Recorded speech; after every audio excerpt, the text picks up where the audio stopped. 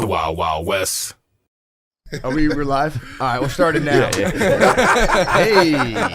Hello. Hey, everybody. Welcome back to the motherfucking podcast. Another week on this hellacious gravitron we call an Earth. Yeah, this twisted blue marble, man. Can't stand up on this gravitron.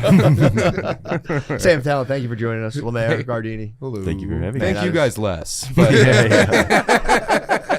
I thought me and Matt were just going to be in here and talking about men stuff. We can talk about men stuff. Men's table, boys' table. Yeah. Not, yeah, I love my fellow man. I'm not going to demean you guys. We're men. You're wearing guys. a Power Ranger shirt. Boys' table. Your uncle died and you got that shirt. He's got the basic brand on. Lemaire, thank you for the hookup, by the way, in Rhode Island. Oh, this too? Yeah, the studio was was it nice? Lemaire, I thought you designed it, man. Yeah. Just fucking like action figures everywhere. Oh, you were the Gloom cave. Shout out to the bros though. They'd held it down. I interviewed Glenn Larry. Yeah. Prominent black snap. conservative. Yeah. Should be coming out. Dude, did you meet Beans? Yeah. Bobby Beans? Yeah, Bobby man. Beans rules. That's your bro. Yeah. White bull, right? Yeah. Beans. I met that white bull. You got bros all over?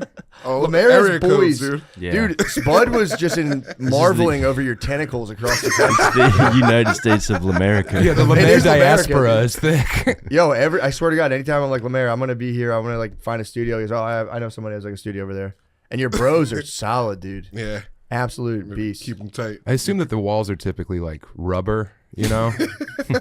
Like I feel like some of these studios are just like this place. They were former sex parlors. This place was a former. This is probably where like all the anal went down. By the way, we're in the back of the Black Rabbit, the That's why it smells soon to like be chicory historic coffee. Black Rabbit. It's soon to be. Yeah, this is definitely the anal chamber.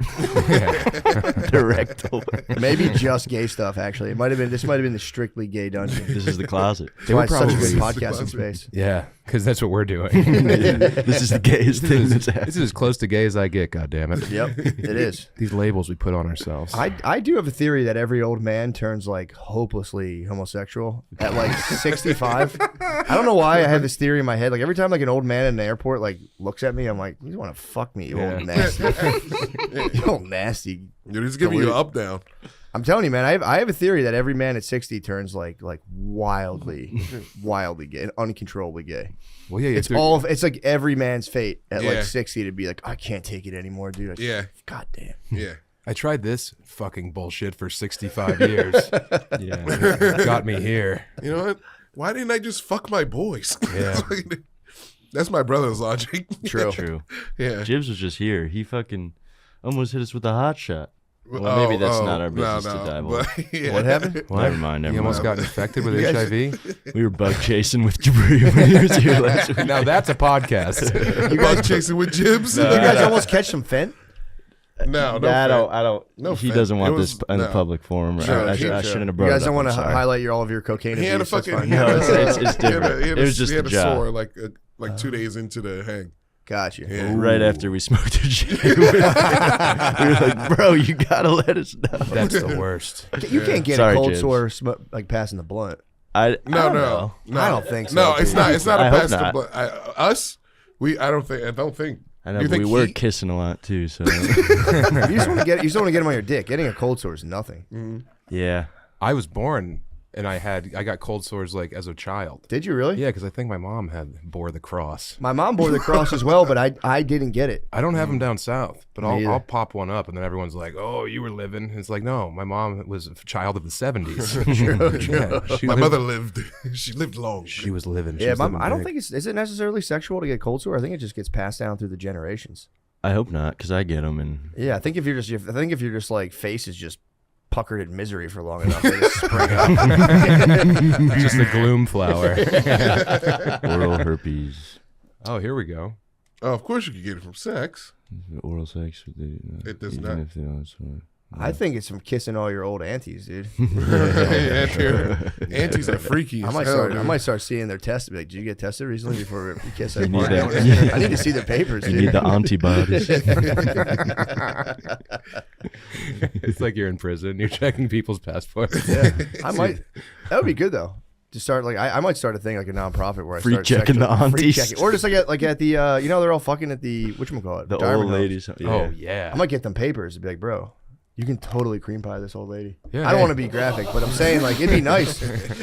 We'll be there one day, dude. You want to know? Like, let me just check the chart real quick. Won't She's be good to needing go. this. that must be nobody talks about the CP in the retirement. The home. freak off in the old lady home. Dude, just having your New Balances on is being like in the retirement home. You know the nurses can hear you. Walk one, man. Oh my God, nigga, and freaking. They be fucking. Yeah, like an old Haitian woman has to wheel you into the room to get fucked by some guy, and then you ring a bell and she comes and retrieves you. Yeah, I think so. I think so. An I old think so it Haitian works. lady can't do that. She's too busy Miss eating John cats. is, yeah, true. Oh my lord! There, you can't say that wasn't proven. Just because you saw it on TV does not make it true. Just because you have those braids doesn't mean you can go crazy on the island violence. I did hear whatchamacallit, JD Vance came through because they were like pressing him on that question. And he was like, well, here's the thing, whether or not a Haitian woman ate a cat, there is still boots on the ground reality to the immigration crisis that you guys at CNN whoever it was, aren't covering. He kind of definitely maneuvered around it. Yeah. That's all it is He now. snapped. Sticky move. Sticky move. Yeah, sticky move. Sticky move. Like, My well, new whether or not theory- people are eating cats is less the point. Then it's like, well, it's pretty important. It's cool to know. My theory was to get the pets to start eating the immigrants. That's my solution to the problem that But I also- pitched this weekend. What if Where'd you they pitch are? at? What At if the stand-up comedy show. How My they funny like joke show. It's your funny joke show? So you say that within the context of within stand-up the comedy of context of lifting the stand- spirits of Yeah, masses. yeah. It was Yeah. just it was in jest. But True. what if they are eating cats? Who gives a fuck? They're street cats. We don't need those cats. I stand with Lemaire. I would not be too mad if someone ate a stray cat. I'd be like, bro, things are looking up in America. Yeah. Sick of these nasty little creatures walking around. Get these cats fired up. Because I think weren't the rats true? Weren't people spitting the rats, like barbecuing the rats? I up? think they've been doing that in New York for a long Forever. time. Okay. There's a lot of like rats. the poor people in New York. I think they've just been munching the critters. Yeah, I don't- forever. It's I a don't have a renewable protein problem. source. Yeah. I don't either. That's why, dude. Rabbits were the original. Yo, What is that? It's rats on the on the spit. spit. Those are big Look at enough those to big eat. Though. Those rats. things are huge, bro. Those are Look raccoons. like a capybara. Well, dude, here's the thing, dude. Yes. That's In a Am- marmot for sure. In America, I think in like the colonial times, people used to eat rabbit. That's hilarious. People used to eat rabbit like it was nothing. So it's like, and apparently rabbit's like a very high source of protein, and you can actually get sick because they have so much protein, you're not getting any fat. There's like a certain like illness you can get from just eating rabbit, but you do get shredded. You gotta mix it with beef. Hmm? You gotta mix it with beef. I think with vegetables and grains, you can't just be crushing rabbits all day. Well, you need a fat. That's the problem. If you're eating just rabbit, you're not getting enough fat, and you get so shredded that it becomes a medical problem. Yeah. That's the big thing for bug out people is like the first thing you're supposed to do if like the bomb falls is go out and find 2 breeding pairs of rabbits. I'm telling you, yeah. Oh. Because then Exactly. rabbits will procreate They at a float. rate that will feed your family. You'll have an abundance of rabbits if you lock them in your basement as like there's nuclear fallout out there. Yep, but you got to find like an avocado too somewhere. Find an Otherwise- avocado, Yeah. a single peach pit. Tater. I was with Spud recently, and he was saying Speaking of taters. we were talking about how important it is to just have like a bro crash your house into your marriage and just try to like fight your wife for you a little bit. he was in his friend's house. Tag team. He was. It's just such a funny thing because he was like, yeah, I don't know. I guess you got pissed because I was in there talking about bug out bags. No wife wants to hear bros talking bug out bags, dude. Man, Spud's a fucking rock tumbler for a wife. Spud is the best, dude. I was with him all weekend in Rhode Island. With Nick Rochefort. Yes, with Nick Rochefort. What It a was, triad. it was amazing, dude. Johnny Del Calo, dude. It was Johnny. very. Oh, dude, we were saying that's big for white culture. Yeah, That's dude. huge for white culture. This was the all white party, bro. Fuck the Hamptons. White excellence. It was man, it was funny. It was a very funny weekend. Having Spud up there the whole time, it was unbelievable. Nick Rochefort is honestly one of the funniest people in the He world. is Yeah. insanely That's funny. great. It's ridiculous. How I get funny. mad how funny he is. Yes, it almost hurts when you're like sitting there at dinner and it's like, dude, you're literally saying the funniest stuff for 30 straight minutes. Take a break, dude. I need to recharge. This is amazing. Did you see him on Skanks?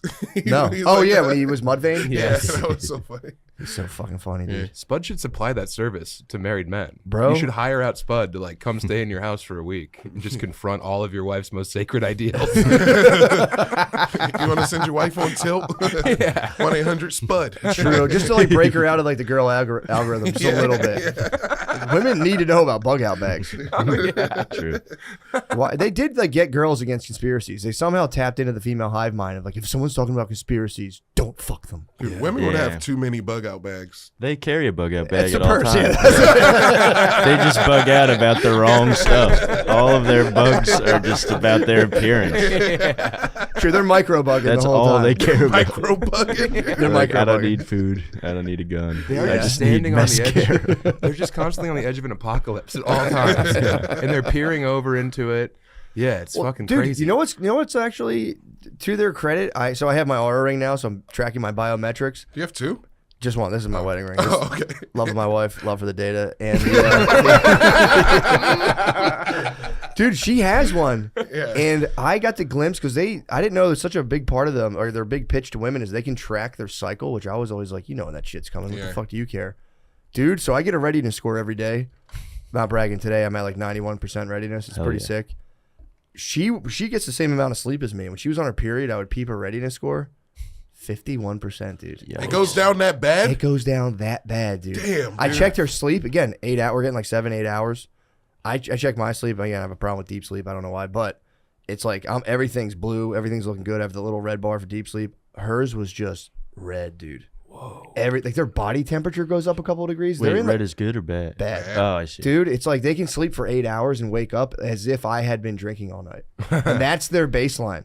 They wake up like that. And they're crushing the Franzia too. So it's like, then they try to... They're slapping the bag. They're slapping the bag to try to hide from the pain of their period. And that only makes it so much fucking Put the worse. red in, put the red out. They turn into like a tandoori oven for 3 days of the month. My wife is so hot because they're trying to burn off the walls of their uterus. It's fucked, man. I can tell when she's about to blow because she's like not using the top blanket. And I'm like, batten the hatches, boys. I'll be in the crow's nest. You can bake bread on the side of her uterus. Yeah, for sure. Just slap it at her. Well, dude, I didn't know it was that bad. I told her this. I was like, I thought you guys were just fucking dickheads. Like, I didn't know you were having like serious biochemical reactions like while you're having your period. It's brutal, dude. Yeah. 49% drop is crazy. Bro, it's rugged, man. I saw it and I was like, oh. Like their body temperature's elevated, their shook you heart to your rate's core. elevated. My heart rate at nighttime is like 53 beats a minute, bro. Whoa. It's nice. That's good. Dip down, dude. Mine's bad. What's Mine's your- like a rabbit. I don't know, but I know it's bad. You just have prey body. It's just I wake up like I need to like scurry away. you're gonna get cooked. They're gonna hear that heartbeat and cook you, bro.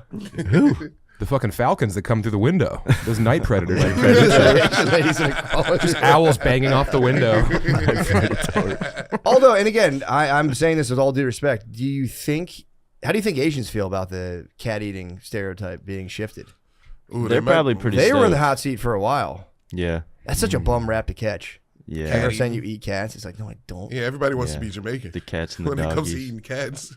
Jamaicans eat cats? No, Jamaicans don't eat I cats. said they don't eat They cats don't at all. eat They the eat poom delicious poom. goats. Yeah, they eat delicious goats. All mutton all the Talk time. about pussy. Yeah, they don't like the poon poon. They Oh, don't like true, the taste of true. poon poon. Everybody wants to be Jamaican when it comes to eating cats. You don't think they eat any pussy? I have a theory that they do secret. I They're think closet Jamaicans. pussy. No. I think They wear a mask. Jim Costume eating pussy. I think when white guys turn older, we become gay, and Jamaican guys start thinking about eating pussy constantly when they're like 60. Like, man, I want to fucking lick that. taste the poon poon. Taste that. The poon poon is so. And then they do, and that lady comes so hard. And they're like, oh, this made all my problems go away. I gratified. Well, I guess they're probably They're hammering primed. it Yeah, out. they're primed up though because they've been Yeah. in a dance hall all night, just like violently daggering them, and then all you gotta do is touch that thing at the end of the night. Yeah. That's probably push to start by the end of the night. If you daggered your wife for like 6 hours in a dance hall, all you gotta do is just like pull her pants down. The breeze is gonna do the rest of it. Just blow a kiss at it. She falls to her knees. If I was daggering my wife for 6 hours, she'd have to go to the hospital.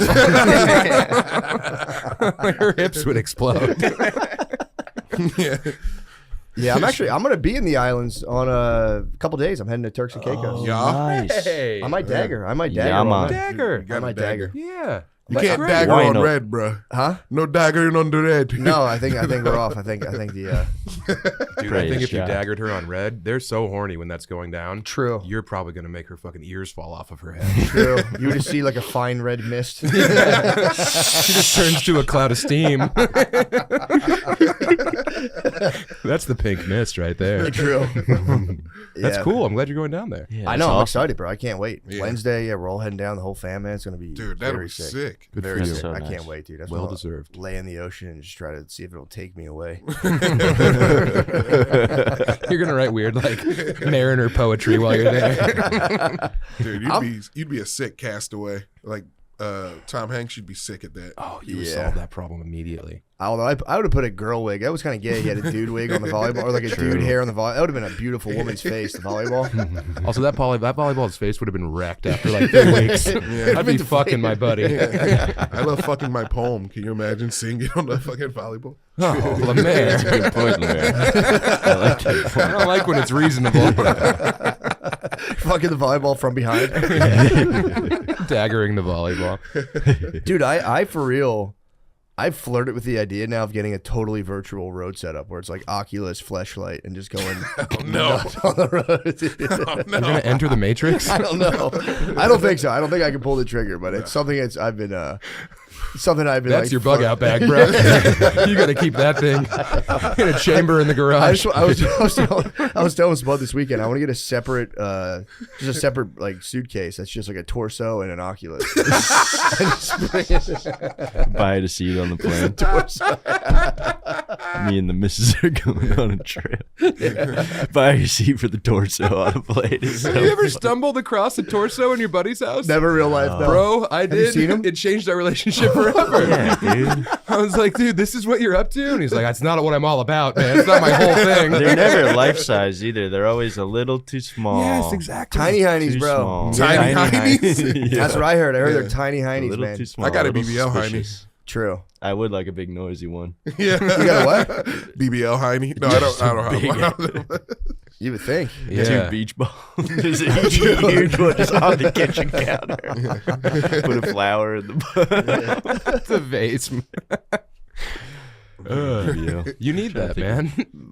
Dude, I'm That would be so. Man, you don't need that, dude. I don't need it. I don't want to do it, but it's You gotta again, put it it in a calls me. briefcase though. True. Like a business. Just be all business about it.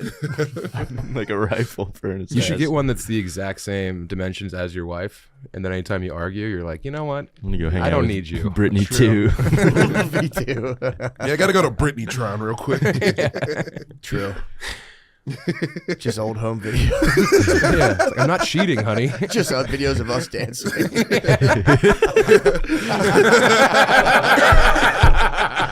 Got it grown out of Josh. We're in business, dude. Josh Cabaza, as always, thank you for doing Shout out that. to Josh.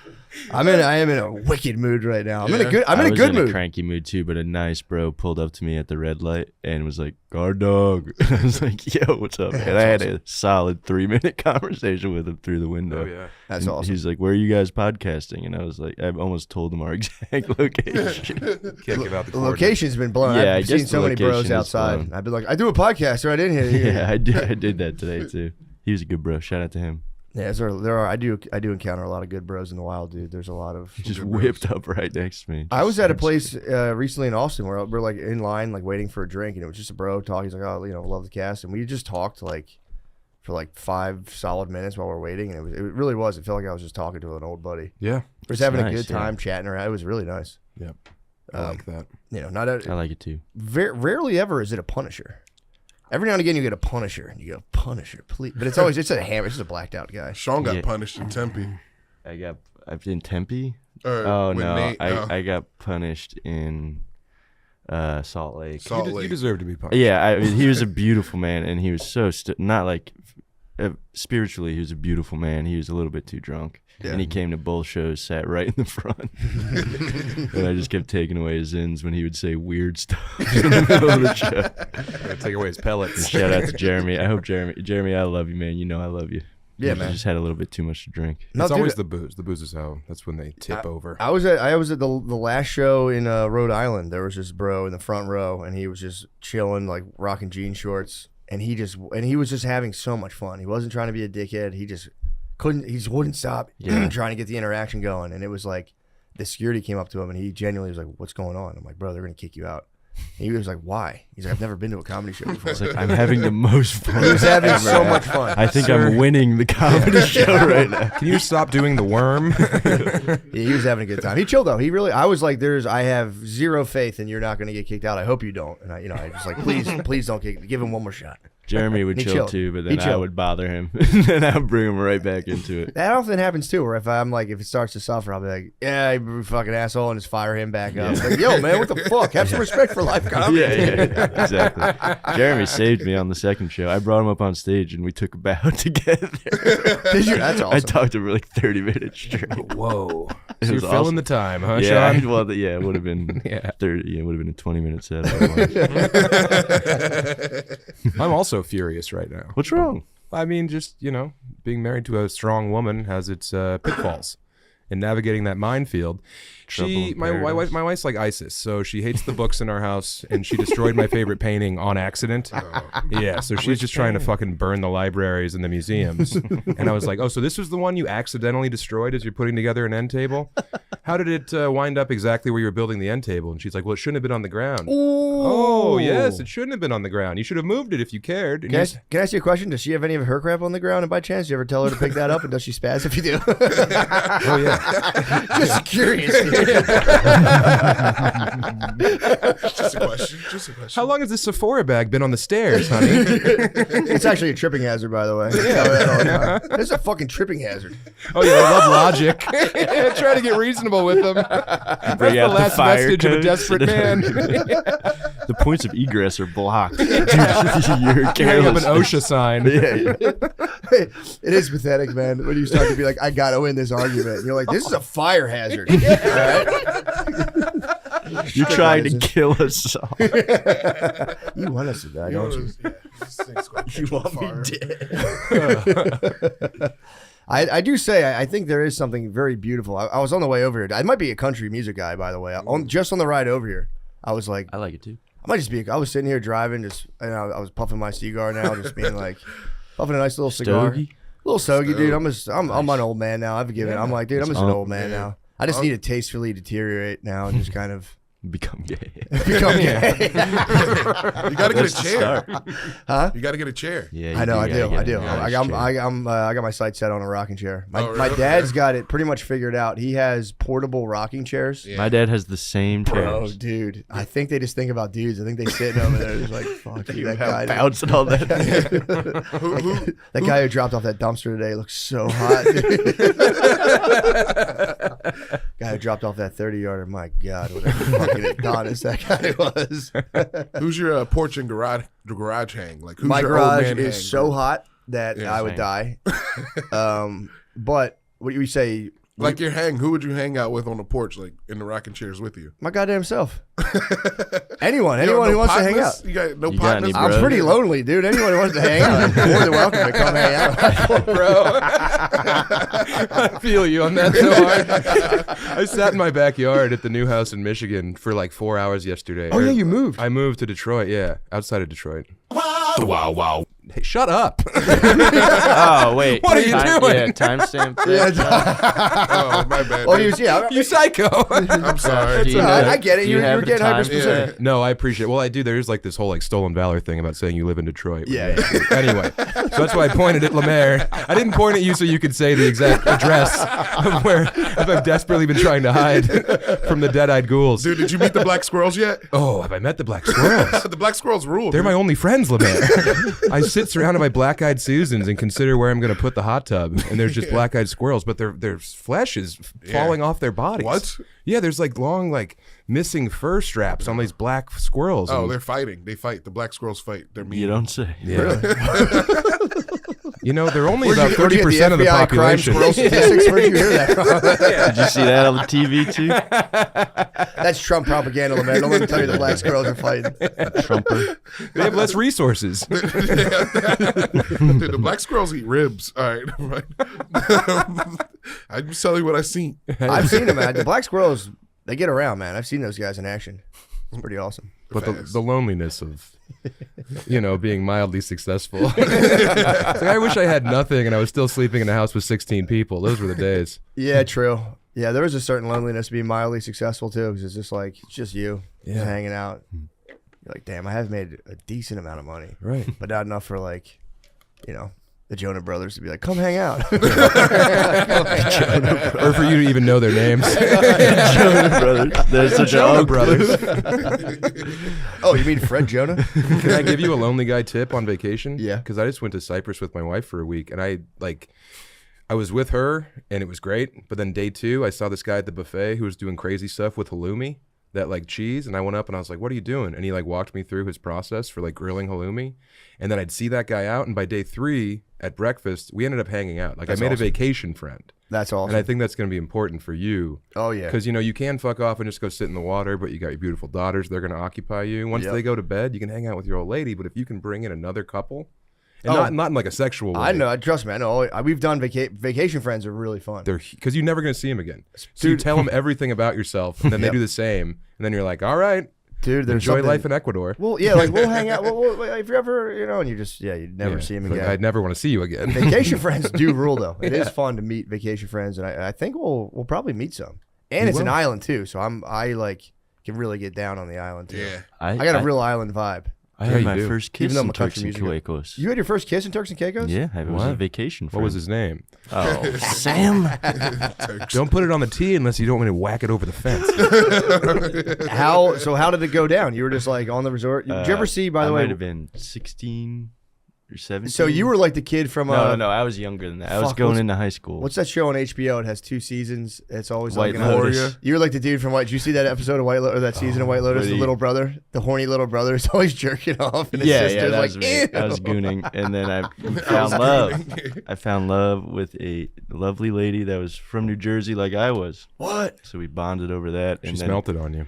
we shared a kiss in Turks and Caicos, and now she's a lesbian MMA fighter. That's awesome, bro. Yeah, She You a flipped her. beast? yeah, I flipped her. She is a beast. Yeah, You shout out filled to her her. with feminine rage. Yeah. I think she's just waiting for you. Yeah. Maybe. True. You gotta Can I get- come with you? You got to get her out of the octagon. You got to take her out of the octagon. Put her in the kitchen. Put her in the octagon. Yeah, that was just a little. I forgot about that. What percentage My of first female makeout. UFC fighters do you think are lesbians? At least half. 30? 30%? 30, dude? But there's some that are so beautiful. Muscle mommies. Man, dude, did you Yeah. see Dumont? Tabitha Ritchie, so beautiful. Dumont? She's a beautiful muscle mommy. Yeah, Brazilian beautiful muscle mommy, Tabitha That's Ritchie. pretty tight. They might not even be lesbians, just men are afraid to fuck them. That's true. Not me. Not you, no. You're not afraid of anything. You and Lemaire are very adventurous. Yeah, we're not scared. No. Tabitha wow. Ritchie, yeah, she's beautiful. Shout out to Whoa. her. Huh. The divine feminine. And then Alexa Grasso, she lost this weekend. She's pretty beautiful. I think they're hotter when they lose, honestly. Was that lady who lost the one who had a fucking pussy wound That, on her that was a forehead? different lady. That was but that was the Dumont match. The other girl, the Yeah. red French girl, that French lady. Come on, man. Damn, okay. Well, She's not no, it French, was she's Brazilian. Aldana got the cut. Do these Yeah. ladies get like CTE? Yeah. Well, they probably already have. They're starting it. Have you seen can't anything take Ronda what you Rousey has don't said? They're down 49%. Yo, the cut this lady had was, was crazy. crazy, And yeah. they were in the spear. Oh, so it was like, no, yeah, that's dude. it. Irene They, Alana. did she catch an elbow, or is that like a... No, they headbutted, and then the lady she was fighting just kept fucking her up. I can't believe the other lady scratched her that bad. I'm just being nasty. I'm kidding. I'm kidding. Those guys are athletes, bro. That's They would, not you know. what I meant. That's like when the I was physical talking about- manifestation of when I confront my wife with logic. That's what it does to her forehead. It splits open, and it opens up like a mouth, and it swallows me. 2X women. Yeah. It is tight. It is good though. I think there is something to be said about just like, confronting the feminine over time. Dude, we used to be able to hit him. Yeah, I mean that was the thing. Like, shut up. Lemaire, historically, you are accurate. I just want to drive your. What are you trying to say? I don't know. I mean, here's the thing. Them's were the days. I mean, Simpler no. times. Dude, Sean Connery was like on record Yeah, being that like, shit's "Oh, so awesome." Slap, Yeah. you slapper. Gets to a point where they won't listen to reason. Yeah, Yeah, that Yeah, point I is get when it. they're born. and it's like the problem. Here's the thing. You obviously can't do that, and it's a shame because I think a lot of bad guys ruin that for everybody. With great power comes great responsibility. I mean, again, there are those dudes that do that. They get a girlfriend and they like slowly are like, give me your cell phone. Oh yeah. Oh yeah. And they just like trap a lady in an apartment. It's like, yeah, those guys are definitely burning hell. Mm-hmm. But a tasteful gentleman like Sean Connery, just like putting down a cognac glass and be like, shut up. Yeah.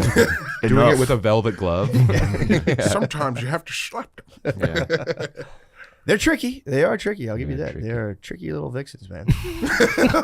Tricky little things. I always try to understand, man. That is weird. Like, But girls are wild, bro. We're joking, right? But We're like, fucking you ever around, like obviously. meet a guy who hit a girl? Like, they have a different type of darkness to them. Oh yeah. Like a guy who actually would hit a woman. You're like, dude, Yeah. chill out, bro. Like, Yeah. I calm do down. think that happens. You get like the tap out tattoo just appears on your body. And it's just like, No fear shirt on. yeah. Because I feel like and look, I've never really considered it, but I think that if you break the seal on that, if you hit them once, she's then going to retaliate. My wife would retaliate. For sure. And then I'm not going to hit her again. I'm going to be so fucking, it's like when the bomb goes off in the bunker and you just hear like that buzzing noise. That's me after hitting her. And then a barrage of blows land upon me because I'm undefended. yeah, Yeah, true. just like, take me. Yeah, it's like I earned this. Yeah, so go Take ahead, me. just do it. I'm sorry. I I'm so bet sorry. that fucking makeup sex is wild. Yeah, Yeah. After beating the shit out of that's each why other. you do it, though. All right. That's why they do it. Okay. well, That's like, make him appreciate, dude, I don't know. it's No. bad. No, you're talking about very dark corners of the female psyche that, it's like in polite conversation, you're not supposed to talk about. And again, not advising anybody to do that. Please. No, for the no, love it's of one of the God, worst things you can do. It's literally, it is the worst thing you can do. Crime against the child's worse. What is it? Crime against the child's worse. Yes, true. Yeah. Yeah, it's Agreed. true. Good work, Lemaire. Look where we are. I'm sorry, guys. I've been listening to a lot of. I've been listening to a lot of Patrice Charles O'Neal White. recently. I'm Oh, Oh on some yeah, you shit, came man. into the green room last night, fired up on Patrice. Yeah. I was like, fired all right, up. rumble, young man, rumble. I'll let you have the space. Yeah, definitely standing for the record. We are just doing freedom of speech and exploring Yes, darker corners of the mind. Exercising. we're on the right. cutting edge. But yes, it is a horrible crime to commit against any ladies. Yes. I It's would good that never we hit don't a do woman. it. No. I just wish they'd show some appreciation for the fact that we Yeah. stopped beating the fuck out of them. I seem to get, I seem to be a little cocky these days, and Dude, I love video games, and I've broken a controller for every console I've ever had. And I love video games. You know what I mean? I love video games. I'm not hitting you at all. Lemaire, your analogy is that might be one of your best analogies. That's I so think. funny. I wish we could frame this moment. But that also made me think that you do like playing fighting games as the women characters. So maybe that's why this is in your head. That's interesting, actually. I don't know. I like if I'm gonna look at a character, I gotta see an ass. True. Yeah. I mean, you are about to jerk off right when you're done playing video games. You might as well prime Dude, yourself nothing's better than jerking off after you win at video games. There's nothing better than that. Spoils of war. There's nothing better than that, dude. You have a good day of NBA 2K, you're like, I gotta beat off. I got to go to the bathroom. I gotta calm down. Pardon me. I gotta go powder my nose. Your parents come in, you're like, get out. I earned this. You see that trophy on the screen? I earned that. This is my space. See that digital confetti that keeps spilling from the fucking. Yeah, your parents just hear flawless victory. Like, okay, don't knock on the door. Yeah, leave them in there. Let them have this. This episode is brought to you by BetterHelp. What's something you'd love to learn? As an adult, do you make time to learn new things as often as you'd like, or is that lost in childhood? Kids are always learning and growing, but as adults, sometimes we lose that curiosity. What's something you'd like to learn? Gardening, a new language, or maybe how to finally beat your best friend in bowling?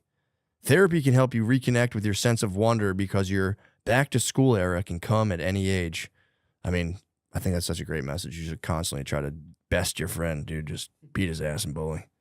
If you're thinking of starting therapy, give BetterHelp a try. It's entirely online, designed to be convenient, flexible, and suited to your schedule. Just fill out a brief questionnaire to get matched with a licensed therapist and switch therapists at any time for no additional charge. It is funny to think of somebody on like the classic Freudian couch of psychoanalysis and being like, I just want to beat my fucking friend in bowling. Just fucking once, dude. Please help. We can definitely help work on that together. Rediscover your curiosity with BetterHelp. Visit BetterHelp.com/MSSP today to get 10% off your first month. That's BetterHelp, HELP.com/MSSP. And honestly, guys, get yourself some fucking help, you weirdos. You need the help. I know nobody wants to do it. Nobody wants to say, oh, I need therapy. Everybody needs it. Just try it. Try it, and beat your friend's ass in bowling.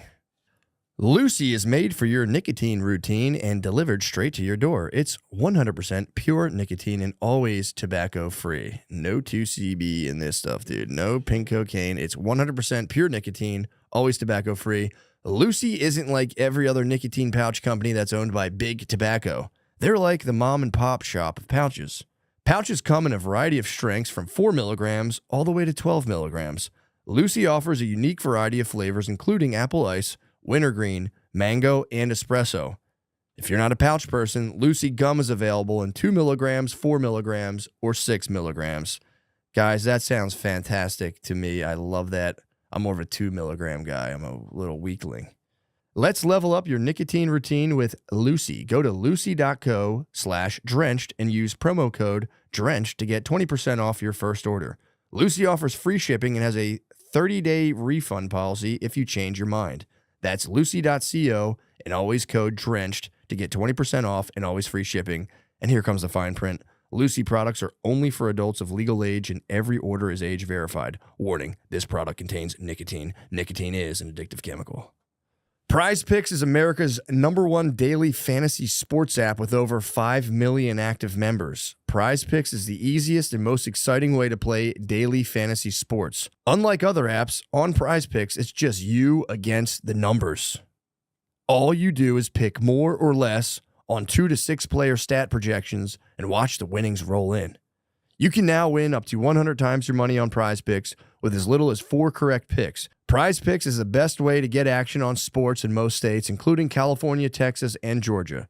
Prize Picks puts their members first, so all withdrawals are fast, safe, and secure. When my picks hit, I can get my money in as quick as 15 minutes.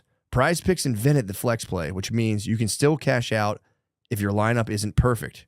You can double your money even if one of your picks doesn't hit. I mean, it doesn't get any better than that. Just the daily picks, getting in on the action, flex play. You kidding me, dude? Download the Prize Picks app today and use code DRENCHED to get $50 instantly when you play $5. That's code DRENCHED on Prize Picks to get $50 instantly when you play $5. You don't need to win to receive the $50 bonus. It's guaranteed. Prize Picks.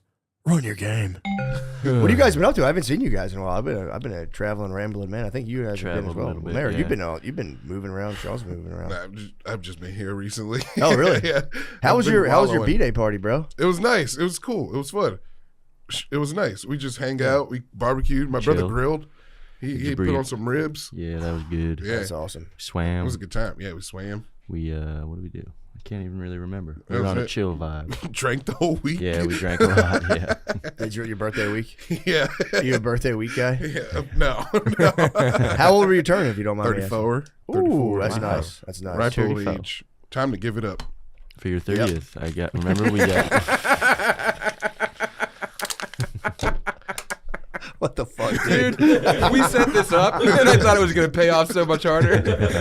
That was pretty great, actually.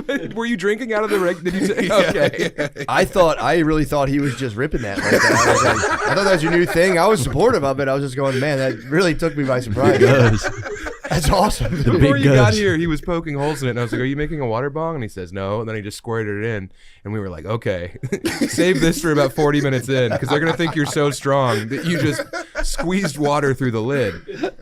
Yeah. That's pretty sick, though. I got on it. That does seem kind of nice. ASMR. Although I'm just a gay old man, so I don't know why. I love that. Dude, I've been hitting it. I'm off porn, but I'm back on. Okay. Like I'm off. Like I've deleted my bad Reddit and I've deleted my OnlyFans, but I still have my Twitter list. You know what I mean? So I'm like off, but I'm still. And I've been. I don't know. What was the OnlyFans tab before you get into? What the do you list? mean? How much was it? Monthly It wasn't much. How much of an allowance were you giving the girls? I was giving myself like $30 a month. Okay. Yeah, it's not bad. That's not crazy. Yeah, I just. Do you feel like it was worth it for $30? And I'm not. No. I'm not being one of those guys like, oh, I'd never pay for that. No, I've that's thought about it several times. My credit cards are monitored. well, if it's a girl who posts frequently and it's the stuff you like, and it's like $5, it's worth it For sure. But there's some girls who post infrequently and then it's like 15, and it's like, come on. True. Come on. You start hitting them like, where I pay the bills around here. I put a roof over your fucking head. And I hate it. I got rid of OnlyFans because all the girls, they all message you the same thing. They're like, send me a picture of your cock so I can give you a dick rating for free. And it's like, no, I don't. That's the last thing I want. Yeah, no. Yeah. And then you say, send me a picture of your cock. You first. How's it feel to be free of the OnlyFans? The shackles. It's nice. It's nice. But I can still get got. Not by OnlyFans, but like real life. You know? How so? I don't know, you just see a lady. Yeah. Sometimes you get sent to your knees, dude. Yeah. True. It's tough out here, too. Yeah. Yeah, we were actually, where the fuck was I? I was somewhere. I don't remember the exact place, but I was there. Me and Brittany came with me. We're at a show afterwards. And we're at like a bar, and there was like for sure a prostitute sitting next to us, like in like a fishnet dress, basically. Supple young lady. And yeah, it was pretty funny, man. She was just sitting there, and like it just women working. love seeing prostitutes. By the way, Brittany was like fucking like, I think she's a prostitute. I was like, yeah, she is. Get out of the way. Let's switch scenes. Let me protect you. I'll be the shield, hon. No, it was very funny. She was a hooker. I was like, yeah, I think she was. Duh. Where the fuck, dude? I'm sorry. I'm not trying to globetrot everybody. I don't remember what I was, studio I was in. I was just in Tempe, and they have some of the finest snow bunnies I've ever seen. Tempe's snow bunny heaven, man. That's where they are. If it ain't snowing, I ain't going. What about Salt Lake? Dude, have you heard? Salt Lake has good snow bunnies too, but the Mormons were crazy. I like Yeah. the Samoans the best though. I Samoans couldn't stop rule. talking about the Mormons. They're all Mormons. They're tier And 1 Mormons. There's some Mormons. Mormons, yeah. Oh, they're numerous, dude. Whoa. Because They- the missionaries all their got out to Mexicans- Hawaii and Tonga and Samoa and makes planted sense. those seeds, and now that's why BYU and Utah have the best offensive lines. I said Yeah, I he did it for the program. I Oh, kept yeah. doing another funny joke at the Mormons and the Samoans bonded over their mutual love of pineapples. That was one of my funny jokes from my funny joke show too. That was one of the funny ones. Well, as one of the, yeah. Shawn will hit me up on the road and be like, "Where are you?" And I'll tell him, and then he'll be like, I hate it here." And I'm like, "What, dude? You're living the dream. You're out there. You're moving tickets." I was happy this weekend. Though. Yeah, I mean, I texted you, I was I'm happy. so proud of you. Thank you, and I Sam. think a lot of people are. And I think you need to Yeah, man. reflect on what's going on for yourself. I'm trying to be. I was in a funk for a while. It's cool to be mired in doom and gloom as a young man. I understand that. But once you break through that and you realize that every moment's a gift, you're going to live a lot richer life. I'm getting there. Yeah, dude, you're about to be 30. Grow up. Yeah. You got to shave your pubes. God damn, Lemaire. Yeah, what's weird too, especially when you start headlining. Hilarious. It's a comedy show. When you start headlining, there is that weird, like, it's like a crazy loneliness to go from doing a show to go like back in your hotel room alone. You feel like, oh, Josh, man, this is why you're the fucking best, brother. Money. It is weird to like go from like being around hundreds of people to like just sitting in a hotel room by yourself. Feels crazy. Yeah, people who are screaming your name and losing it, and then you do the merch line afterward, and they're all so stoked, and they tell you how, how the impact their shit's made on their life, and then you just go back to that room, and you're like, okay, what do I do now? Time to watch Besides comic. self-harm. Time to watch Comics Unleashed. Yeah, dude. Oh, Mario Cantone's back. Every time I sit there and I just eventually fall into just like studying various rap beefs. Like I'll just watch a video Yeah, I go on YouTube for 3 hours about like Young Thug's beefs before that trial is so fucking funny. Have you seen any of the compilations? He's going to get off. I think he will. Did you see Little Woody? Pause. No, the guy who doesn't snitch? Yes. Yeah. Pause. Well, he snitched. He's dude. And I was on Butterly's podcast recently, and he was like playing clips, and Yeah. it's funny as fuck. But I started like that was like fresh in my mind, so I started looking at the guy Little Woody, and like, dude, they're impossible to interrogate because they'll just be like, they'll be asked a question, and they'll be like, well, I'm a liar, so anything I tell you, anything I said before was probably a lie, but. So I'll tell you something, but it might be a lie. And that way they're not perjuring themselves. Yeah, They say they are a lie. It's crazy. That dude. rules. Dude, and you have like DAs or prosecutors trying to like crush these guys, and it's just like But wait, I feel like I'm watching. If I was in the jury, I'd be like, this guy's winning. did they like do the Bible thing?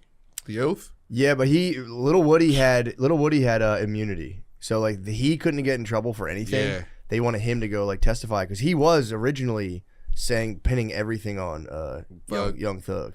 But then he said, he goes, yeah, that's just because I wanted to get out of trouble. He's like, so yes, I did testify saying he did those stuff, but I did lie.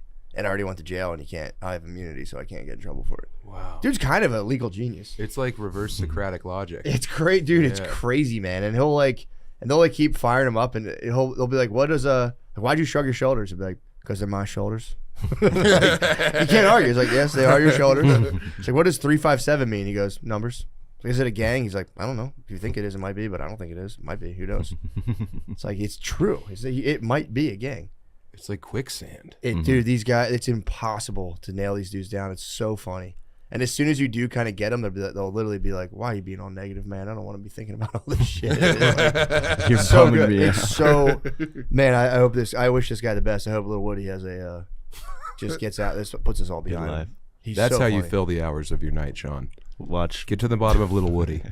Are you Instead of sure getting it's to not the right bottom of lately. Little Is Woody. it Woody and not Wody? That's Woody, Little Woody. Yeah. Yeah, it's not Woody. Little Wody? He's not from All the 504. Although, Young Thug did have a significant beef with Lil Wayne, which he went to the Magnolia area and also he got booed, but that's what I learned. Lil Wayne is mad that Kendrick is doing the halftime show. I know. Birdman said that's some BS. Yeah. I kind of agree. I think so too. I would love a Wheezy halftime show. It would be nice, but like they don't really do rappers. They're having Kendrick I Lamar. don't fucking Kendrick Lamar, dude. Kendrick Lamar's like the first rapper. Yeah. Well, who did Nah, last year? that's had not The true. Weeknd Fucking last 50 year, Cent. right? The 50 Weeknd's Cent. not a rapper. 50 Cent and all They like had Eminem and all 50 those. Cent. They had the They Expendables literally of had rap. They 5 had the rappers. Expendables of rap, dude. It was- They had Royce the it was, 5'9" in the game. It was a shady aftermath Super Bowl, but that was like 3 years ago. Okay, well, dude. But rap doesn't happen often. It doesn't happen often. It doesn't. Well, Yeah. you know, now. Kendrick Lamar was on that one too. He was on that one. The Black Avenger Kung Super Fu Bowl Kenny. halftime show. Yeah.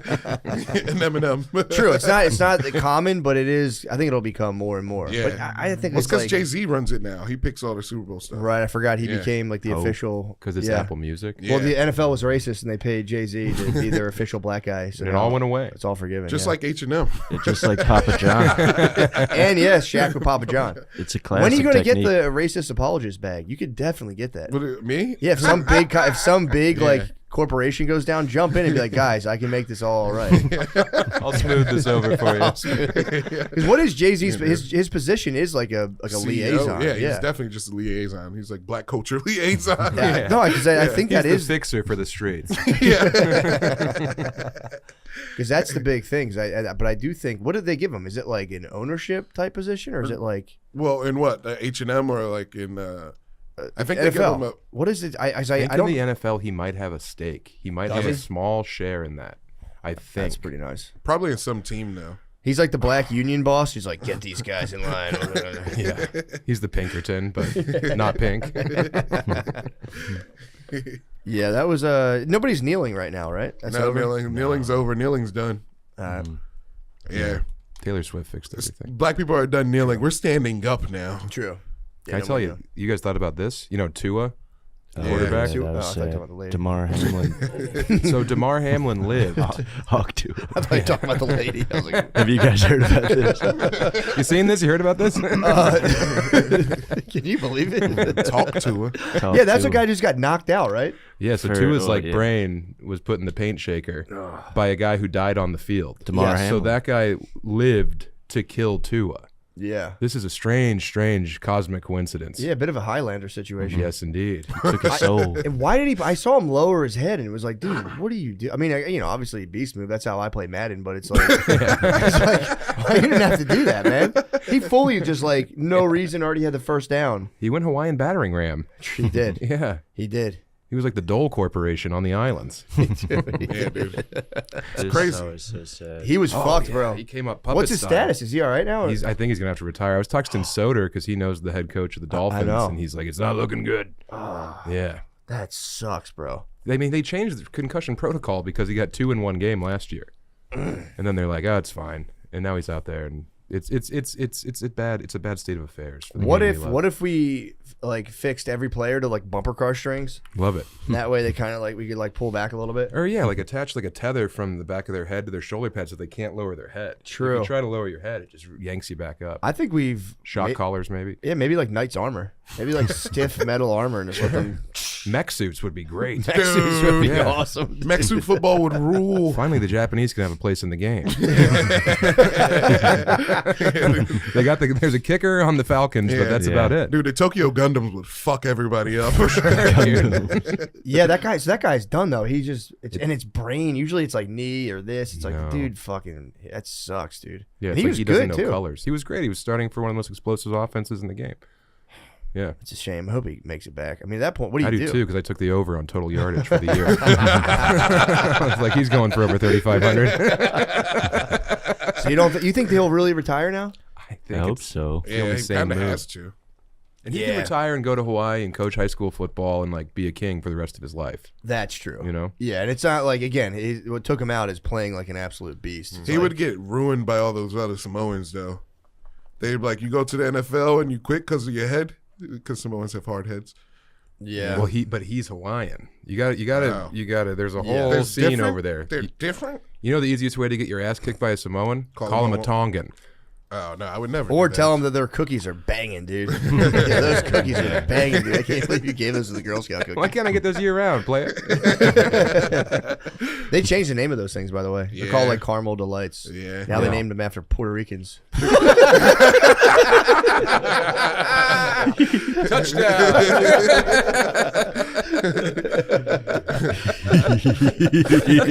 I think it's location based. Regionally, in some places, it's still Samoa on the box. Really? Yeah. I didn't know that. Yeah. You think that might be? You might be getting some swaggy Girl Scout. It might be like the You old got stuff. middies, yeah. That's like last year's outdoors, dude. I think you're getting like some really old weed. You're getting fucking trim. Remember getting trim back in the day, and you'd be like, "I'm rich." You get a fucking trash bag full of leaf matter, Dude. and it's all moldy, and you'd be like, "I'm gonna be smoking hash forever." Back in the day. This was not that long ago. I had a lot of trim at one point. I had a little. I was buying dry ice from this place in South Philly, and I had these hash bags, and I would just sit in my basement and just shake. I mean, pounds and pounds of trim. Yeah. It was so nice. It was the best. But yes, it does. It did feel so sick to have like literally trash bags full and like I have weed. Trash bags full of weed. There were some nugs in there. There were some popcorn nugs. Yeah, you'd be digging through those popcorn nugs like a black squirrel. This guy doesn't even know what he gave me. Dude. This is crazy. What an idiot! There's a lot of ladybugs in this bag. I heard that's good for you. I would remember literally smoking like spider webs in a pipe. Like, this is free. I'm the smartest man alive. Yeah, getting trim is so sweet, dude. Although I will say the cursed PA medical program, man, don't get me started. They sell trim to patients. Yeah. Oh, I remember That's you were pissed rude. about that. It's crazy, That's bro. rude. And dude, I mean, you know, yeah, God obviously has a plan because I smoked so much trim in my day. Yeah. So I bought shake from the PA dispensary. Shame on you guys, by the way. And it hit my lungs, and I went, "That's fucking trim, dude. is That is larf." not ground nug." Yes. And I was like, "Motherfuckers!" And I confronted them, and they were like, "Well, you know," the dude literally looked at me and goes, "That's just the game, dude." I'm like, "Get the fuck The out." game? It's acting like a fucking kingpin behind the counter. I'm You're a like, "Man, state-sanctioned entity. The game. dude. What? Dude, it killed me. I was just like, brother, you have no fucking idea what you're talking about. But yeah, shame on the Pennsylvania medical marijuana program. Shame. You guys are a fucking joke compared to every other state I see. Every other state's fucking chill. Yeah. Dude, in Oklahoma, you can just get a grow permit. Oklahoma rules. Their Yeah, weed's man. good, too. Oklahoma surprising. rules. Tempe Tempe had good weed. That used to be the scariest Yeah. place to drive through with weed. When I'd be driving from Denver into the greater Midwest, you go through Oklahoma, and they would just have, if you had Colorado plates and you go Oh, into yeah. Oklahoma, you're getting pulled over. Yeah. And yeah, I've had the car dumped out various times. Yeah, they'll get you. They see them plates, they say, hold on, Good brother. thing you stick your joints in your asshole. Well, I used to. We would fucking put them right on our taints. The You'd grundles? take your bag and you'd put it on the taint and you'd sit on it. And the issue with that, though, is you get Can I fucking have hot one of when those you're right now? nervous. Let's smoke it. Yeah, hopefully you get a 65-year-old cop. Oh, fuck. He's definitely going to check. Nobody has to know about this. I remember getting pulled over and sitting on the weed, and then as you're like sitting there nervous, your body temperature rises. Yep. So all of a sudden, you're fucking making hash in your shorts. So scary. You lay an egg. I'm glad they figured it out, though. Dude, now the state of weed's crazy. Now with the THCA, do you like? I mean, I've talked about this before. It's just I shouldn't even talk about it, but it's like you can literally get it. You can just get weed now. It's THCA, and it's totally legally on board. It's THCA until you like which is not illegal because THCA is not psychoactive. Yeah, but if you subject it to the heat of a flame. Interesting. I don't know. Yeah, Whenever I smoke that kind of stuff, I don't like it. I was in Rome and they had that THCA. Well, maybe shot. I'm talking Delta about, 9. I'm talking about Delta 9, all this other stuff. Yeah. Delta 8. Sorry, Delta sorry. 8. Mm-hmm. You ever heard of THCV? I hate Delta 8. No. THCV is it's like the more psychoactive version of THCA. Really? Yeah. I'm sure it would spin me out. I had to just start smoking live rosin because it has all the terps stripped out of it. But I don't think it does, though. I think live rosin, you told me that, and I thought about it. I was like, I think you might be smoking a distillate. I'm smoking. Distillates have terp strip. Rosin keeps, if it's live, the whole point of live rosin means they kept the terps. It's cold water. It's just cold water is all this is made from. It's pretty much just like bubble hash from back in the day. Terps intact. But my scientist told me that there's no terps in there, and How that's did why he I can take 'em out? smoke it. Your scientist? Yeah, I have a scientist who, like, he He educated could be right. himself. He totally could be right, but I guess maybe there's Is less it terps. Becker? No, it's not Becker. Becker's not a scientist. I thought you were being Becker funny. was walking into these fucking dispensaries in Rome and buying, like, some, like, he came out literally of a fucking THCA dispensary in Rome with his thumb just with a big ball of goo on it, and he's like, they hooked it up. They hooked it up. They couldn't put it in a bag for you. Yeah, that's my scientist. With the booger. They gave him the booger. Like, way to go, buddy. Yeah. How That's was so it? fucking- We should have asked you about your travels. Yeah, dude. Oh no, the travels were fun. It's great to be going on a trip with your boys to a beautiful city, and we brought the wives this time. Yeah. Oh, nice. So we had Bitch Planet, and then we were just we were a satellite of Bitch Planet. We were just a moon to them. And Yeah, they the kept fat spinning. moon. Although vacations usually, that's the highest spirits, a lady. If you take a lady in a different place, yeah. man, the spirits That's all they soar. want. And also, it's like, hey, ladies, we're gonna go do some fucking boring shit, aka go to a soccer game. Yeah, But hey, we film set it, you up son. with spa. We got you spa treatment. It's very easy to Well, Abandoned. they need that. negate their need. True. Though I feel like they do. They need like more. They just need to be like rubbed down and just like squeezed. Yeah. it Every helps. so often. Told they're Because that pretty. you can really put a lady at bay if you send her into the spa, man. They love that. And if you set it up, if you thought about them and you say, hey, tomorrow at 3:00, you're pampered. Yep. And I can finally finish this Japanese crime novel. Yeah, they do love the spa. I mean, Vacation Bay is the best version. It's best the version best. of me, too, I think. For Maybe sure. that's why they're doing better, is because I'm better in that moment. I don't know. I don't know. You can be a pretty nice guy sometimes. I still punish you, but I've never been on a vacation. oh, dude, it's crazy, that- bro. I mean, it's. Imagine if you could somehow give the pussy a Mario star. It's crazy, bro. It goes. Just it's nuts. Yeah, it's like pre-breakfast. I haven't had any coffee yet. You're not going to brush your teeth? Let's go. Yeah, it's nuts, man.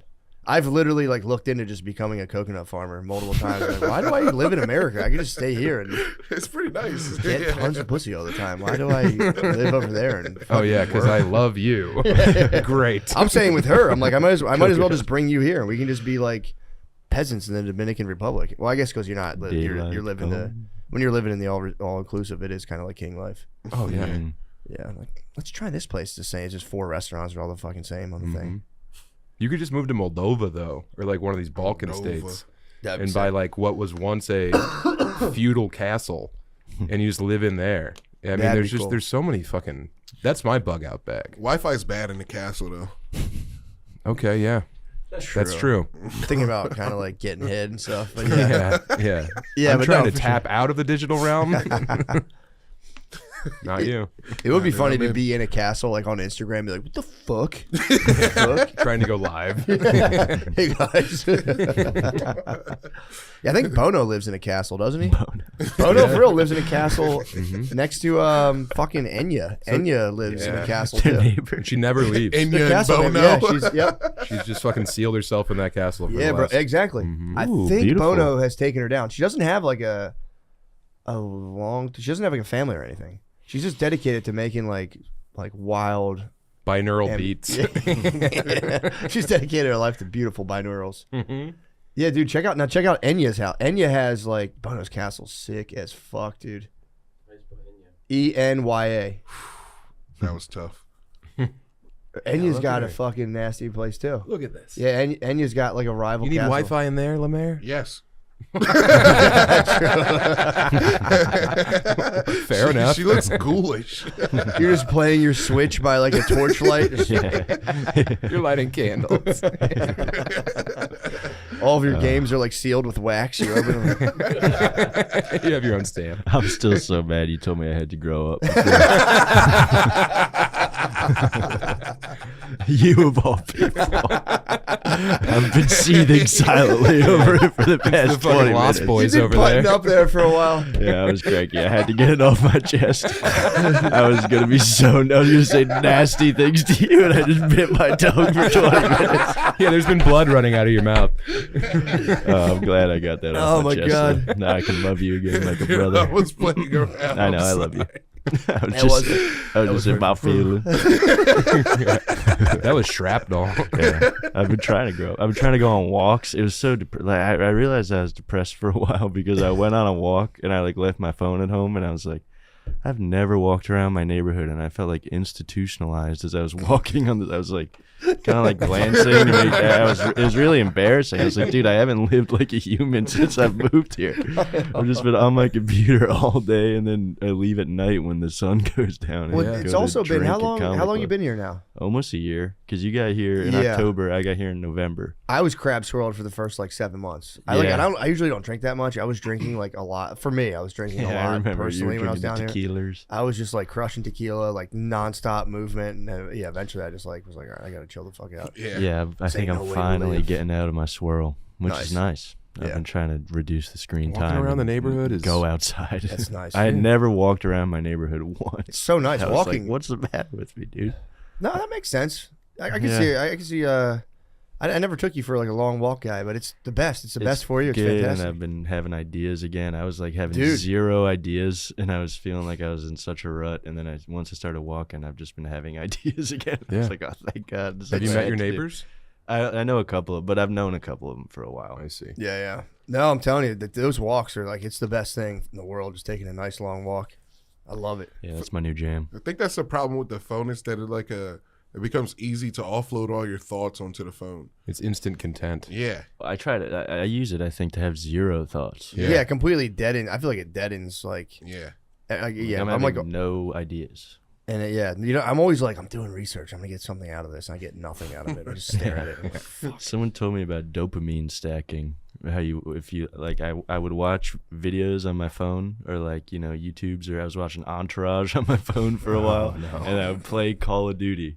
Ooh. It just like While totally you're playing fried Call of my Duty brain. while watching Entourage? while just like listening to Entourage. Dude, I knew a guy who used to do That's that. a dopamine stack. Bro, I according used to Huberman. I used Someone to told me go- that the other day. Huberman advises against the dopamine stack. Yes, it says it just dulls your Dude, whatever the fuck. I used to go into I'm pausing myself out. I'm saying I used to go in this guy's room. I was selling weed, and dude, well, like I would go in there to drop the sack, and like he, Oh, that's crazy. but dude, he would have music on like a speaker, have his like laptop going, and have like vidges or a movie at the same time, and I'd always be like, God damn, dude, that's a dopamine stack. Yeah, so keep yourself from having any thoughts. Yeah. Right? Yeah. So I'm trying to stay away from that as of Yeah, you're last just shaking couple digital weeks. keys in front of Exactly. your face all day. It was bad, fuck. and I was like, why am I so sad all the time? I don't think Yeah. I think at all. We've covered this before. Yeah, I could have told you that, brother. I don't either that much, Yeah. but I've been trying to. What happens when Get you eat off like a the- lot of mushrooms? Like, what is like what's going on? Is it just like I don't eat a lot of mushrooms. okay? I've never gone past like an eighth. Oh, Okay, that'll get your thoughts moving. Like, what happens with that? Well, I don't know. Just like it goes straight to my shoulders, and I just have to move. It's like giving them to a dog. Yeah, You just let him run around. yeah. I know that because my dog had fucking mushrooms one time, unfortunately. I remember that. I could tell he just wanted to get out there and just move around. Dude, I get the zoomies. You've never had like profound, like when you're on mushrooms, like No, there was one time I had a McCusker chocolate, and I had to lay down with my eyes closed, and I just like visited aliens. Yeah. there you go. That's what I'm talking about. You have a lot of thoughts, man. I don't think Yeah, you're giving dude. I yourself think enough you're. credit. Yeah, exactly. That's kind of my point. I think You're a very curious person. Like when my buddy came in last night, he was that physicist. Yeah. Oh. You immediately hit him with, if you're a physicist, why don't I float? I was like, okay. telling me you're not having any thoughts. So get the fuck out of here, bro. Like, answer the question, sir. Right away. Why don't I? Shawn, grow up. Explain gravity. No, he tried to say gravity, and no he's like, I don't gravity. believe in that shit. My buddy Yeah, was don't believe in gravity? okay. That's a good point. Like, and don't give me that bullshit about gravity. Yeah. Why don't I float? Just gotta let them know, dude. If Were I'm you on the talking side of the about earth, in why the aren't I pool? standing like this? Yeah. No, just like in air. You Oh. should be floating. True. We technically, well, yeah, I guess we are, but we're not floating, but the orb we're on is floating. Yeah. It's kind of sick. Yeah. Flying monkeys in space. True.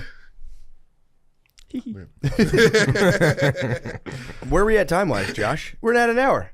God Oh, damn it! nice. Like just like that, you feel the hour hit a podcast. Clock You go, out. what the fuck happened? I'm all out of ideas. Yeah. Sam, thank you you, so much for Sam. doing this, bro. Dude, thank you for having me. This was like the only time we could have hung out. I know. You know? Unfortunately, dude, I gotta fucking go to the beach and lay in the water. I have to go cook baba ganoush with Tommy Pope. Oh, you're doing the cooking show. Nice. Yeah. Look at this. Ever since Chris O'Connor abdicated his role. He's not doing cooking anymore. I don't know what's going on. Chris is Maybe in Philly. this is no one's business, but Chris, yeah. Oh, he doesn't want to cook. Maybe Tommy featured in the club, and he was spilling tea. Anyway, Gotcha. yeah. Chris doesn't want to cook. Mhm. Boy Hey, doesn't want to cook. What do you? Yeah, exactly. Well, thank you for having me. thank you, brother. Yeah. Appreciate you. Hey, come see me in Philly, by the way. Oh, no. Come to Denver. I'm doing Helium the first weekend in November. Come to Denver for Thanksgiving weekend. Listen to Chubby Behemoth. Thank you guys. I Thank really love you, hanging man. out with you guys. And Love hanging out with it you. sucks we have to monetize our chill time, but That's come on, the Does it though? Hey, I, can't. always say, does Why? it? People say that, and I go, does it? It's kind of fucking awesome. and also we pretty nice. fucking actually had good in-depth conversations. That's what I'm you saying. know, it wasn't me being like, so how was Providence? Dude, imagine if prostitutes could all hang out with each other and get paid. They do. Yeah, but we don't need anyone. Imagine if we needed someone just like coming on us the whole time. We don't even have to get cummed up. We don't have to get cummed on. Guys, October 10th, I'll be at Hilarities Comedy Club in Cleveland, Ohio. The Wilbur in Boston, Massachusetts. That is October 18th. Milwaukee Improv, my God. And guys, the big one, the New York City Comedy Festival. They won't shut the fuck up about me making a video. Guys, I'll be there. I'll be there with you. 11/16, I'll be in Town Hall, New York, part of the prestigious New York Comedy Festival. I'm excited. I can't wait. And That's also, cool. Capital One Hall, Tysons, Virginia. I booked I think theaters prematurely, so please fill them up. I'm going back to clubs after that. Please come, guys. I I'm booked the coming with you. Bridgeport Stress Factory prematurely. So, Have hey, you been there before? No, dude. I heard it's a fucking meat grinder. So, hey, tickets are very available for that weekend. I'm from Get up there. Noctis, October 1st, first Tuesday of the month. Oh, the Creek yeah. in the Cave, me, Lemaire, Nate, Ari Matty will be there. Ari. Dylan Sullivan will be there. He's And lost a all bunch of of our weight. good buds will be Yeah. there. Really? And Nate Marshall, of course. October Motherfucker. 9th. Oh, go ahead. Helium Comedy Club, Indianapolis. I'll be there in the Red Room. And then at the Comedy Cabin in Janesville that weekend, the That's 11th fun. and the 12th. You're going to have a fun time. Butterly's there, dude. Jamesville where? Jamesville where? Wisconsin. Okay, cool. I just want to Wisconsin. make. Okay, cool. You're Josh like the Kabaja, mayor thank when you as do always. that. Yeah. When you do that room, they like come and give you a key to the city. They're like, thank you so much for coming to Janesville. What happened? Is everything okay? Well, hell yeah. God bless you. Thank you, bros. Sayonara.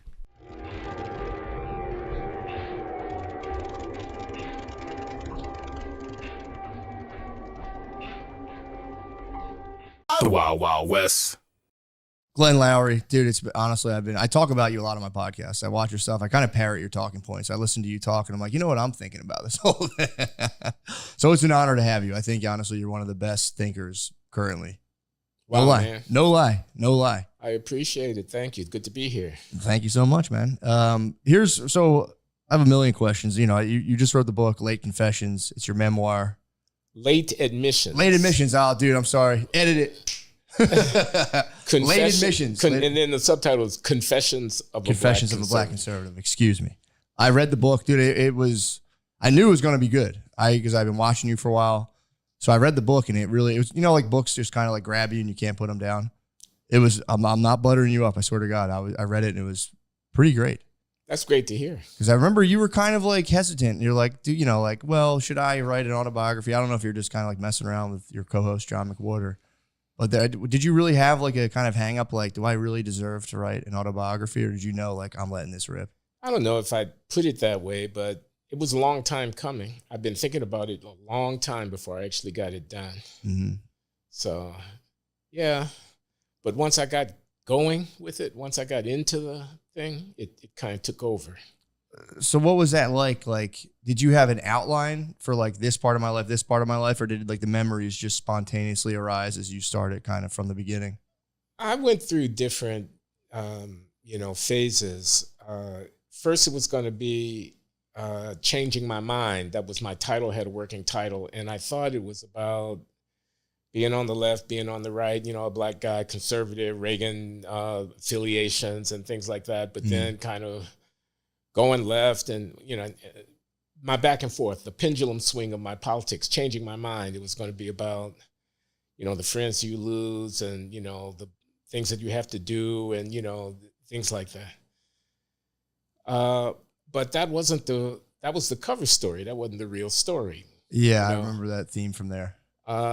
Then it was going to be the enemy within.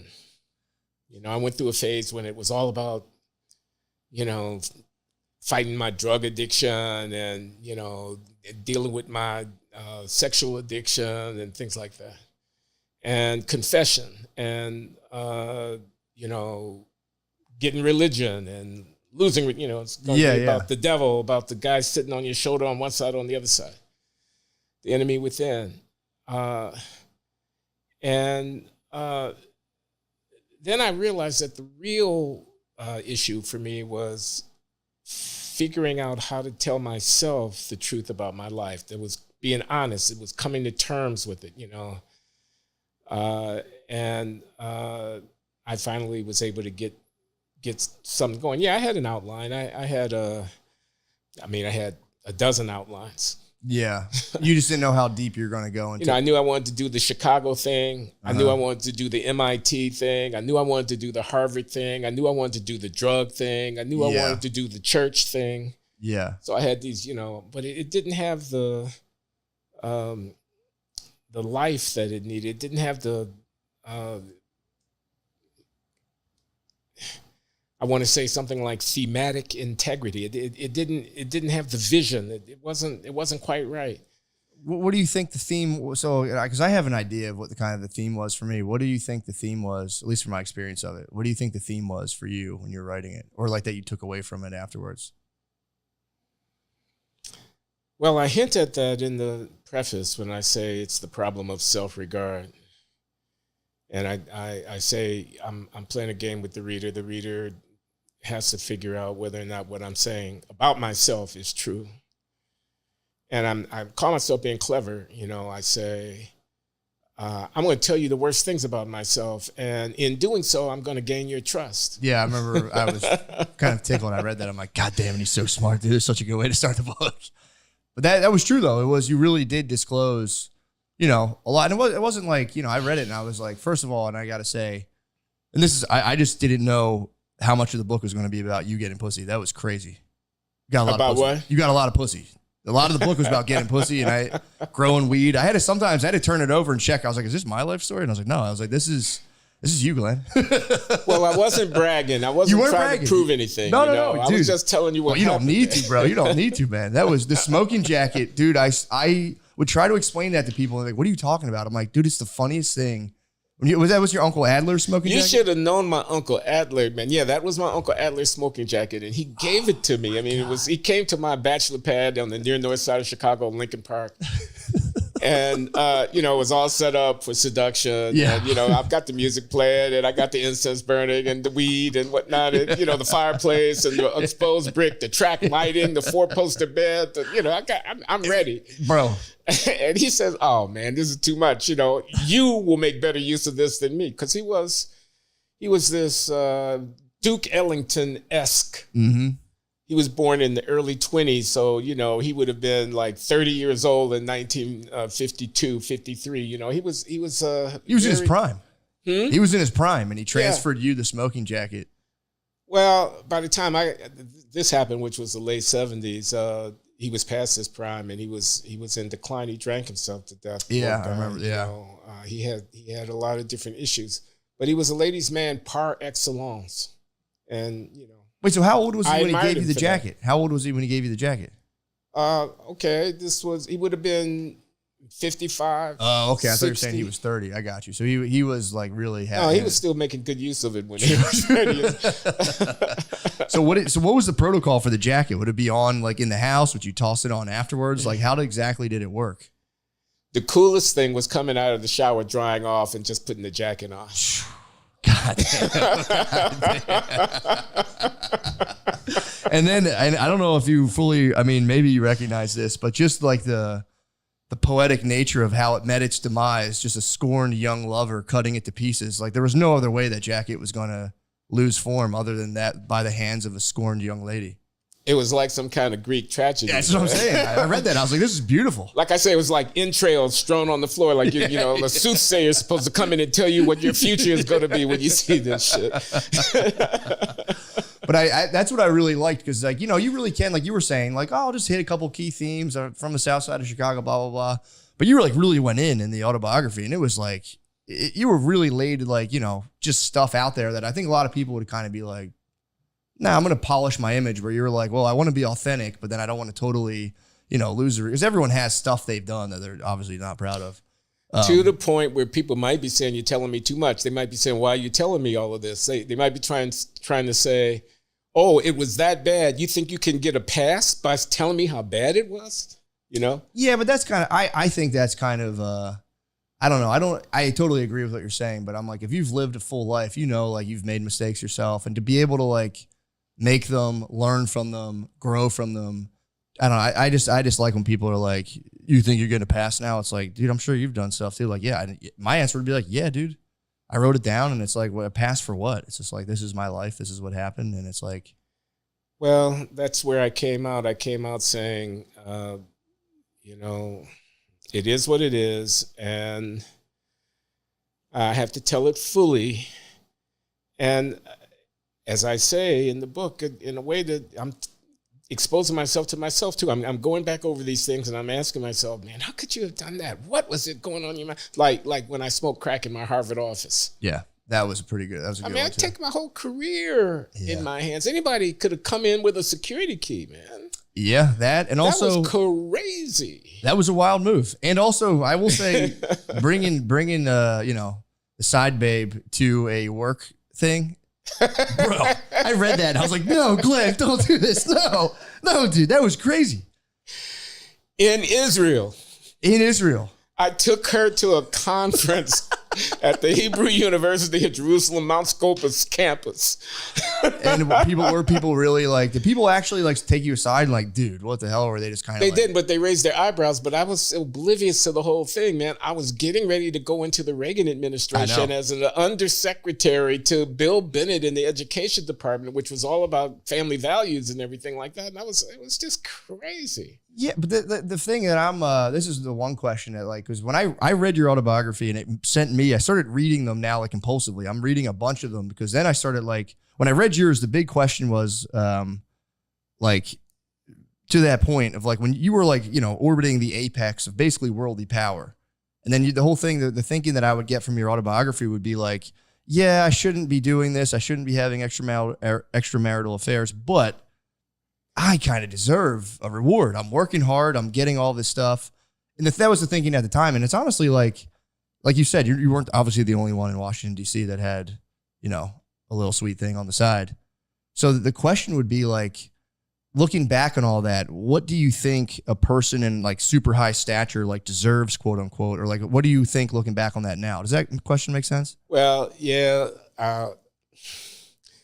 In the book, I talk about master the universe. Like Yes, that's the phrase. You know, and I got that from Tom Wolfe, the writer. You know, his book Bonfire of the Vanities. You know, his character Sherman McCoy, who was a bond trader. He was like 35-year-old, had a big apartment in Park Avenue or something like that. He was living the life in New York City. He had social X-ray wife and all the museum, benefit things and whatnot. And he's making $1 million a year, and he's a master of the universe. He has a side piece. He gets into trouble. It's a fiasco. You have to read the book. It's very funny. Yeah.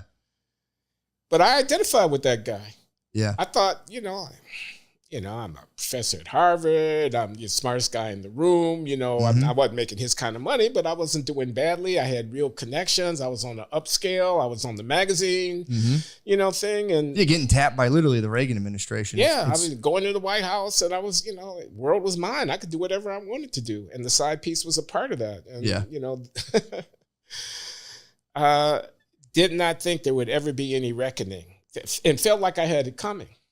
The reckoning, you're saying? I said, didn't think there would ever be any reckoning. I mean, didn't imagine chickens would come home to roost. Didn't see anything, like Sherman McCoy in the book. Yeah. When he ends up in a New York City courtroom and his whole life falls apart and the girlfriend is gone and the bond trading firm doesn't want his services anymore and the newspapers are on his heels and the lawyers are picking him over. I ended up pretty much in the same kind of a position. Yeah, well, that's kind of my question, because I started reading these autobiographies trying to figure out, like, because there's like, if you look at like value systems, you have like sacrifice self. This is all from like Spiral Dynamics, which I'm not like a master of. I've just read books about it. And there's like express self, which is like, I'm going to get what I want, not even like damn everybody else, but like I'm going to, try to get as much as I want, that's my driving emphasis on life. And then there's like, I should sacrifice my well-being for the good of others. And they're just two prevalent worldviews that, like, you can either subscribe to one. And the question I have is like, to what degree do you sacrifice your own joy and happiness versus do you, pursue your own joys? And like, basically how do those worldviews play out if you read someone's entire life? So I don't have the answer to that. I don't know if maybe you could shed some light on it. Yeah, it's kind of a tough one to figure out. What would you say looking back on it? Like, because my main question was like, yeah, if you were to have side pieces and get away with it, you'd probably look back on your life pretty fondly and be like, fuck yeah, dude, that was awesome. But it's when it comes and it just kind of like hits your life like a meteorite. I think that's when that's what I'm just trying to figure out, basically. Well, sorry, that's like kind of a heavy question. What I told myself was I was living fully. Yeah. I've only got one life. I'm going to live it to the full. I'm going to have experience. I mean, I went through a religious phase, and I abandoned all of my wild pursuits. My wife, who had been with me through thick and thin, and had stuck with me. We started having a family. We had 2 sons. We're in their 30s now, but we're babies at the time. And I found Jesus. I was a deacon in the church. I was, AA. I was going to my meetings. 2 years, 5 years. I was a straight arrow for a while. Yeah. So my question is, and in the book, it is funny because you talk about kind of the breaking point is like people touching you and you had to do like basically the tongues, and you had at one point you just gave in and you're like, bah! It's complicated. What was that like? I mean, was it not? Well, there was that. There was the secretary of mine who tragically died early in the funeral, and everybody danced around talking about she's with Jesus, and I just wanted to pause for a minute and contemplate the fact that this beautiful young woman was gone from this freak disease and right in the prime of everything good was happening for her. And, Jesus, I mean, I didn't want to hear it. I didn't want to hear about it was okay. Yeah. And they were like dancing around this church, and that really pissed me off. Yeah.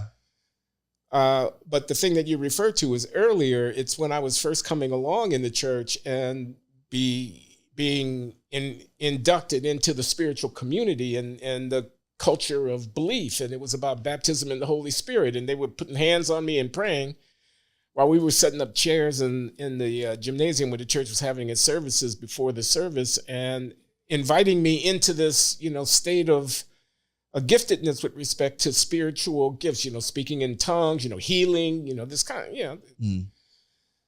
So this was a conservative theologically conservative, Pentecostal-oriented kind of congregation, even though it's black, Methodist, African Methodist, Episcopal, but they had this flavor to it. And, I didn't believe, and I ended up speaking in tongues. You did. I ended up, because that's how you show that the baptism of the Holy Spirit has come upon you, that you have a manifestation of it. But it was fake. I was just doing it to have them stop praying, because those people, those Christians were going to keep on praying. They wouldn't stop. It was this surreal scene, and they're going on and on and on, and they're getting expressive, and they want to completion of this thing. They want to, and I performed, and afterwards I kind of,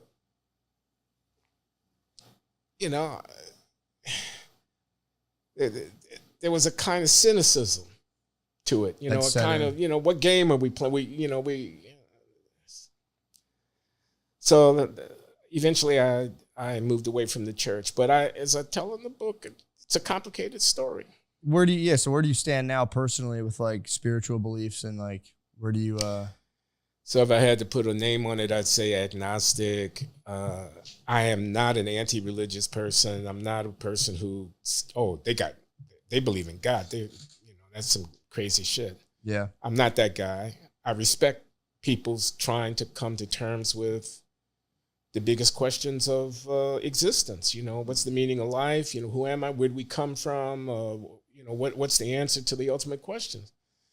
People are seeking, and this is a human tendency that you see in every culture going back throughout recorded time. I mean, people seek meaning in life.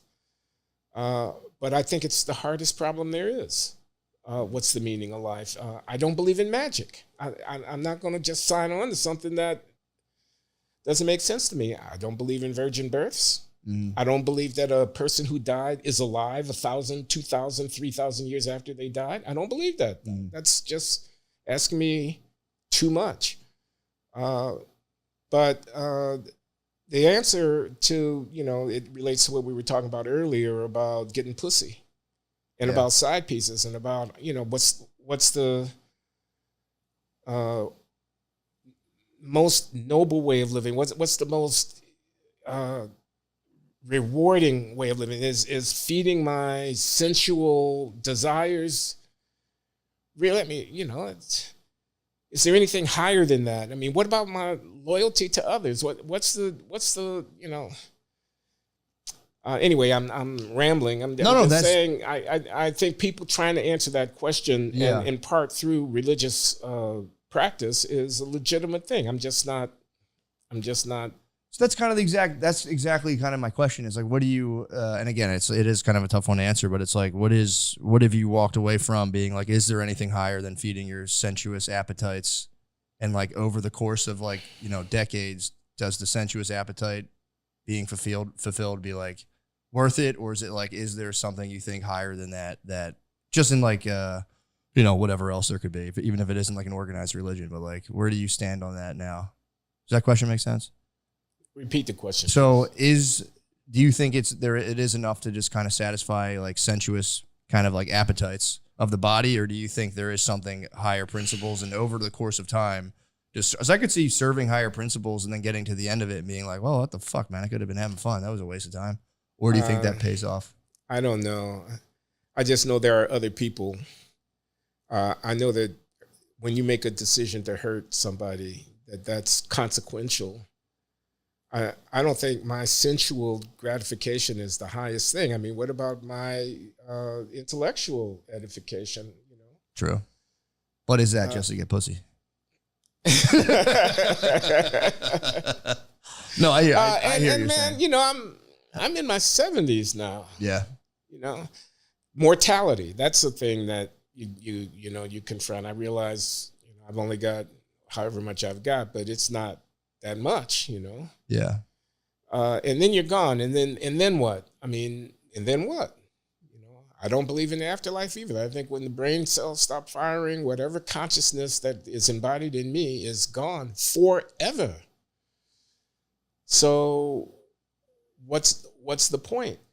And, I could say some poetic stuff here, baby smile, things like that, the sunrise, and and it's not bad watching the sunrise over the ocean from the beach, and whatever.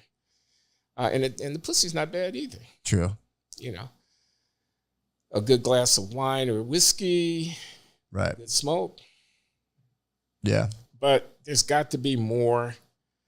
There's got to be more than that. And what about my legacy? What about the memory? I mean, I know that whatever I do now etches in stone, whatever it is that people can look back upon. That was, Glenn Lowry. Yeah, well, and then, so speaking of that was the big, I think this has kind of been in the book, a big theme of your life, where it's like, you're in a place, you can kind of identify things that seem almost performative and like not, I guess, like true to experience or whatever. And I feel like you could have, in the book, you say people because of your race would just be like, hey, just kind of take a position. Not, you had your own merits, but you detected there'd be a lot of like, look, kind of quota filling and like, just relax, take a paycheck, and like just be here for representation. And you kind of really bucking against that, being like, no, fuck that. I'm gonna be here on my merits, and like I'm gonna go to a different school. Like where were you at one point where you're like, I'm out of here? Or there, I think that wasn't the Kennedy Center, was it? Am I mischaracterizing? I don't want to mischaracterize No, it. you're not. You're not mischaracterizing it. This is about affirmative action and about race and how you come to terms with what people think about and the expectations they might have and whatnot. And I've gone through different phases on it, but I was at Harvard. In 1982. I came as a professor, the first Black to be tenured in the economics department. I was appointed in Afro-American studies.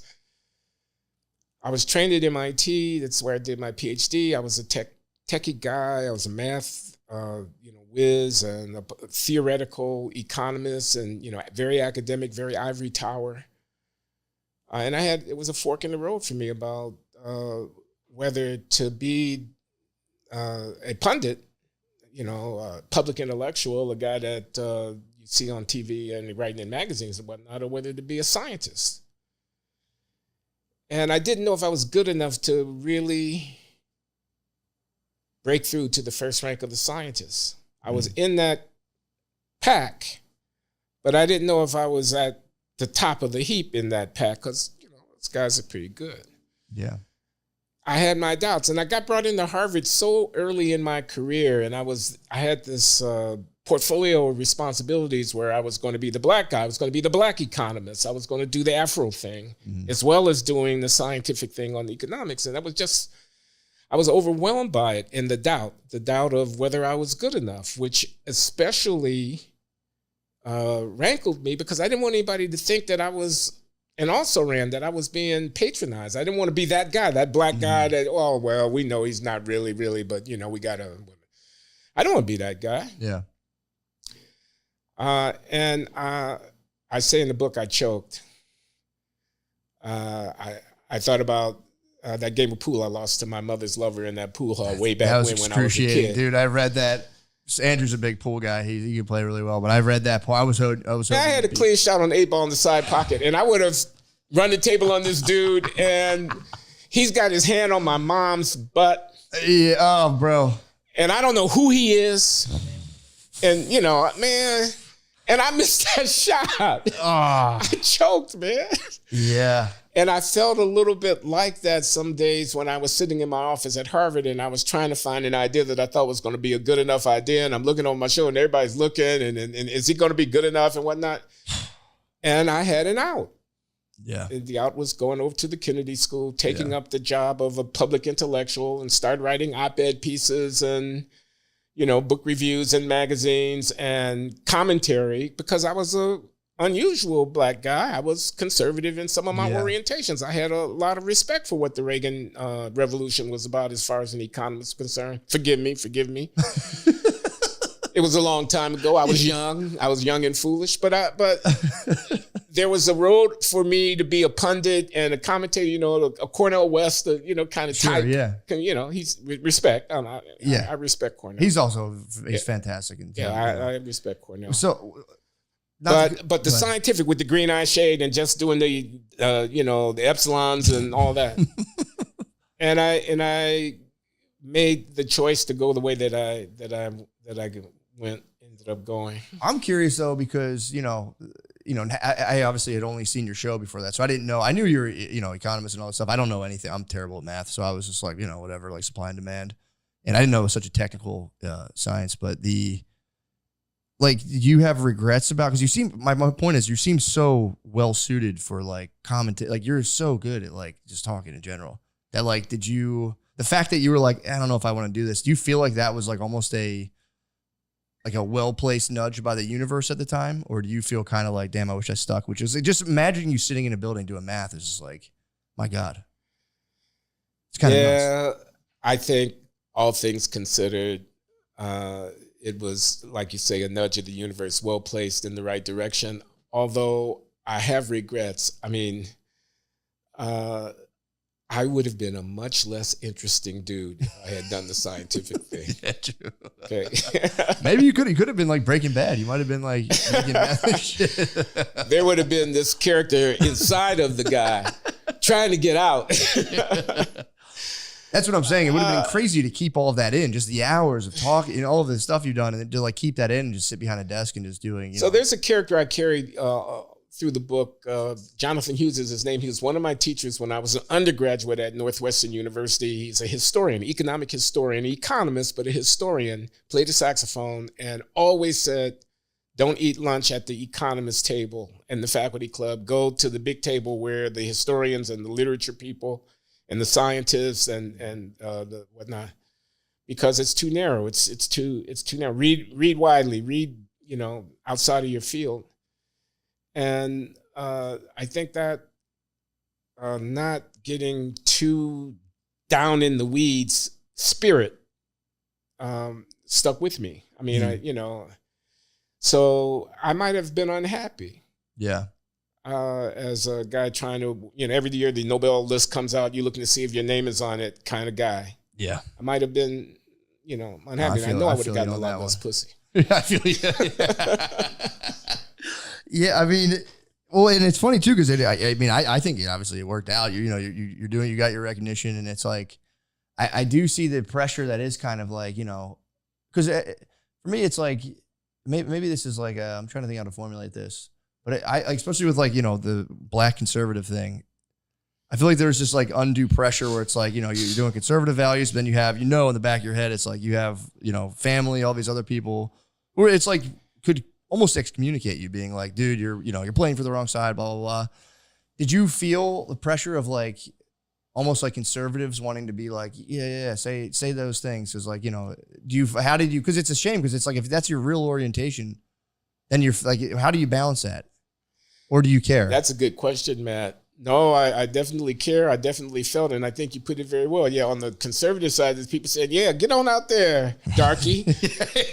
I could say it, but they bite my head off. You go ahead. On the one hand, and then on the other hand, there's like my homeboys and my uncles and whatnot sitting back saying, man, what kind of Uncle Tom thing are you doing? What, tap dancing for the white man? You Reagan? Come on, you got to be kidding me, Reagan? Yeah, like that. And where do I stand? I don't want to be anybody's dancing bear. I'm there to say that even black people agree with us about affirmative action. I don't want to be that, guy. On the other hand, I had my doubts about affirmative action. I actually agreed with Reagan about a lot of the economic policy stuff. So I had to be true to myself. I mean, I can't live my uncle's life. I mean, but I had doubts. So that's definitely the case. So I bounced back and forth, I broke with the Reagan people. I tried to come home again and realized then you can't ever really go home again. Yeah. Well, it's kind of like, oh, you gotta switch the thing. All right. So I'll take a little break. All right. Sorry about that. We had to change the battery in the camera. Okay. So not to lose our place. The thing I was at was the just kind of the black conservative question, and it always has struck me that it's like there's this weird like double pressure on black people in terms of like politics and stuff, because it does get like, just the phrase black conservative is like you have to almost qualify it, where it's like you're kind of under it's like pressure to be like, are you performing for white people or whatever, and then like who do you be true? Are you true to yourself? Are you being and it's like that seems like a lot of kind of pressure to kind of. It is a lot. Deal with. I try to point at that in dealing in the book. I mean, authenticity, loyalty, and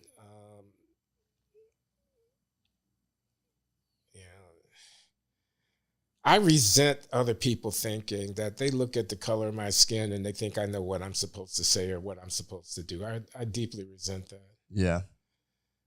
On the other hand, when I pick up the newspaper and I read about some of the shenanigans that are going on, I mean, I'm talking about in Baltimore, St. Louis, and Philadelphia, and Chicago, New Orleans, and I feel ashamed. Now, why should I feel ashamed about some knucklehead in some ghetto project somewhere that's ripping somebody off in a carjacking and shoot some other train? Why should I feel anything about that just because that person is black and I'm black? Mm-hmm. And I feel like it's my people, and I feel like I'd be damned if I apologize for that. On the other hand, how can I expect somebody to see that and not want to move their family away from it? Yeah. And is it enough to just call them a racist? And I feel like the people who represent my group, my racial group, who go on TV, and I could name names, but sure, I don't need to, are, it's a song and dance. I mean, they're not dealing with the real thing, and they're not being honest with it. And yet, if I were to say what I really think, then I'd be a traitor. So it's like a maze. It's like wandering in a maze. I mean, I don't know what to do, and I don't want to feel trapped. I want to be true to myself. So I'm dealing with it the best I can. Yeah. Well, that was like, so I went to school like kind of later, like only a couple of years ago, I think in 2000, I went to school for social work, or no, 2020, excuse me, for social work. And that was like, I mean, it was crazy just being like, there was no, like even suggesting that somebody have something, you could even be like, obviously there was historical traumas endured, and like there's a real thing with that. Then be like, but despite, you still have to have some sort of like, like responsibility. Like you are at some point still responsible for your life. Just saying like that, they'd be like, no, you can't, how dare you? And it's just kind of like, well, dude, it's not going to help anybody. Like take like a 40-year-old person and be like, yeah, look, none of this is your fault. So I feel like I feel like everything gets simplified where it's like you have, one group of people being like, it's their fault. They need to fucking get their act together. They're talking about like black people from the inner city. And then you have people being like, look, it's not their fault at all. And it's like, there has to be it seems pretty easy to like stitch those two things together. But like, yeah, obviously there's been some terrible stuff that's happened that's had an effect, but there's also needs to be some self-accountability. Like, where do you kind of stand on that question? Or do you just like? I agree with that. I mean, there are a lot of unfairnesses in the world. And there are a lot of people who are in desperate straits and it could do with some help. And I would not want to be a 22-year-old mother with 3 children and making $20,000 a year trying to get by on earned income tax credit and stuff, and food stamps. I mean, I wouldn't want to be that woman, or I wouldn't want to be one of her children. Yeah. That's inequality in spades. But that's a separate point from the point that each and every one of us is responsible for how we live our lives and what we do with our time and the extent to which we are responsible to those who are dependent upon us. And you can't let the one cancel out the other. I mean, so, I mean, let me be concrete. Homicide, violence, assault, rape. You just look at the numbers and look at the racial disparity in the numbers. I don't want to hear from a social worker about how it wasn't his fault. Mm-hmm. He had a choice to make. I mean, who are we if we as a society take such despicable behavior? And of course, I get emotional. Now I'm getting emotional about criminal behavior where they're victimizing people, well, we should get emotional about it because it's despicable. Yeah. Little baby sitting on his grandmother's knee on the front porch and some THUG riding by shooting a pistol at his rival out the window and he kills him. That's despicable. Mm. Black Lives Matter? Exactly. That's despicable. Yeah. Like that. I think you should be able to do both things. We should have a decent society without apologizing for criminals. Yeah. And when they're black criminals, without apologizing for black criminals.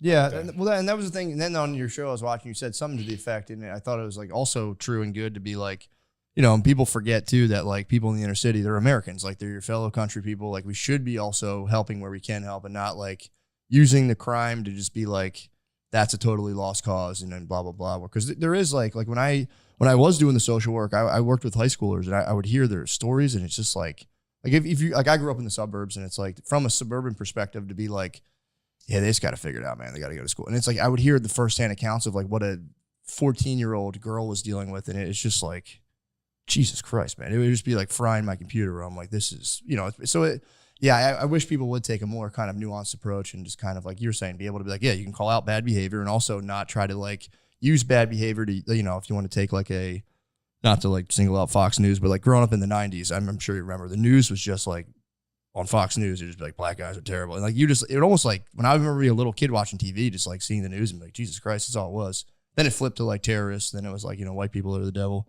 So yeah, I wish people would take more of like a nuanced approach. And it really makes me think like, have you ever thought about just for the sake of the money, just cashing in and going like full Daily Wire? And going where? Full Daily Wire and just being like, yeah, dude, you motherfuckers better knock it off right now. Here's my $2 million, please. Because that's crazy. You watch those right-wing commentators and it's like, it's the same one that's like the super liberal. You know exactly how they're going to fall on the issue every time. And it's like, do you ever think about taking that money and just going totally unilateral one issue and be like, yeah, guys, just let me know. Because those guys get paid lots of money. You're giving me ideas, man. Just a couple of years, just cash in for a couple of years and just like, you know what, guys, I take it back. Because isn't that crazy though that you have the internet? That's like nobody's. I'll tell you what. So, because you could do it. You could do it very well if you wanted to. I have the podcast, The Glenn Show, and people watch it, and it's got a Substack thing, and it had a Patreon thing, and they're paying subscribers, and there's advertisers, and there's a little bit of money on the table. There could be a lot more money. You know what I'm talking about, exactly. That you kind of. My whole point is you kind of pay the price for being honest. Oh wait a minute, nuanced. Because I got most of these guys beat because I'm a Ivy League tenured professor with an MIT PhD. Wait a minute. You're not going to be able to write that brother off, okay? No. And he's out there talking about what the immigrant thugs are doing. Cats. Have you talked about eating cats yet? They will pay. They will pay to hear that. Bro, they would pay you a couple $1 million a year. You can sign up tomorrow. Yeah, the thought has crossed my mind, but Yeah. That's my whole point. That's what I admire about you. Again, it's like you could easily fall in at your own, gain throughout years and decades. You could have just fallen in and being like, all right, I kind of see what's going on here. Let me kind of grease my palms and kind of go with the flow. But your whole life seems to be you getting into situations and being like, this is fucking bullshit. And it's a shame because it's like, the markets obviously rewards currently just like demagogic kind of like unilateral thinking of like good guys, bad guys. We're the good guys. They're the bad guys. And that's all we're doing. Like with the debates, it's like we got to pick a non-biased thing where it's like now it's like I won't do a debate on that one and I won't do a debate on this one. I think it's like embarrassing. Well, the shame of it is I still get accused of being a grifter just for speaking my mind, as I did just a minute ago. They say that I'm doing it for the money when if I really wanted the money, they haven't got any idea. Oh my God, you can make so much more, bro. You can make so much more. And hopefully you don't read. What do you make of the whole internet comment phenomenon? Do you read them or do you kind of like... Yeah, I read them. I'm not going to say I read every single one of them in every one of the platforms. Never piss you off? But, yeah, they piss me off. I mean, don't read them. I have an editor and a producer at the podcast who helped me put the thing out. And, we meet and talk about all this stuff and the feedback and what the audience capture. You don't want to get audience capture and whatnot. Yeah. But I try not to take it personally. Yeah, you can't. You just can't. I always tell people podcasting, the comments are like coal dust for coal miners, dude. It's just an unfortunate reality. You got to breathe some in, but don't whiff it in unnecessarily. Because it'll spin you out. You get one that's like, great. Another one like, this sucks. This guy's the worst guy ever. And then you're stuck between those two things. You're like, I don't know which one's true. Yeah. But that is something I do admire. The fact that like your shows, you guys really do like, and there's not a lot of it. You don't see a lot of like high level commentary and thought on issues other than just kind of like, here's a CNN panel with like 4 people blinking in a camera and, they're cutting mics and doing stuff. Same on Fox where it's like, you can say stuff and they kind of like really try to like almost force a point on people rather than letting the point kind of like the cream rise to the top in terms of people talking. And it's like, I think you and John McWhorter do a good job of that. And you guys at least you kind of offset each other. I know you guys don't agree on everything. Have you guys ever gotten in like kind of like a real fight on the show where you had to like? What's the question again? You and John McWhorter. Have you guys ever like really butted heads hard or like? Fighting over something? Yeah. I mean, not really. I mean, we have a thing going, this kind of shtick. Yeah. Like Lewis and Martin or something like that, playing off of each other and, my personality, his and whatnot. I go on these rants. He's so kind of snooty. And, John, I'm sorry, man. I'm sorry. He's great. But he would say it himself. He would acknowledge it, and he's kind of weird in that way. But he's smart and he's interesting and we have a conversation going. And Trump. So I'm a Trump apologist and he's got Trump derangement syndrome. Yeah. That's kind of like the type, okay?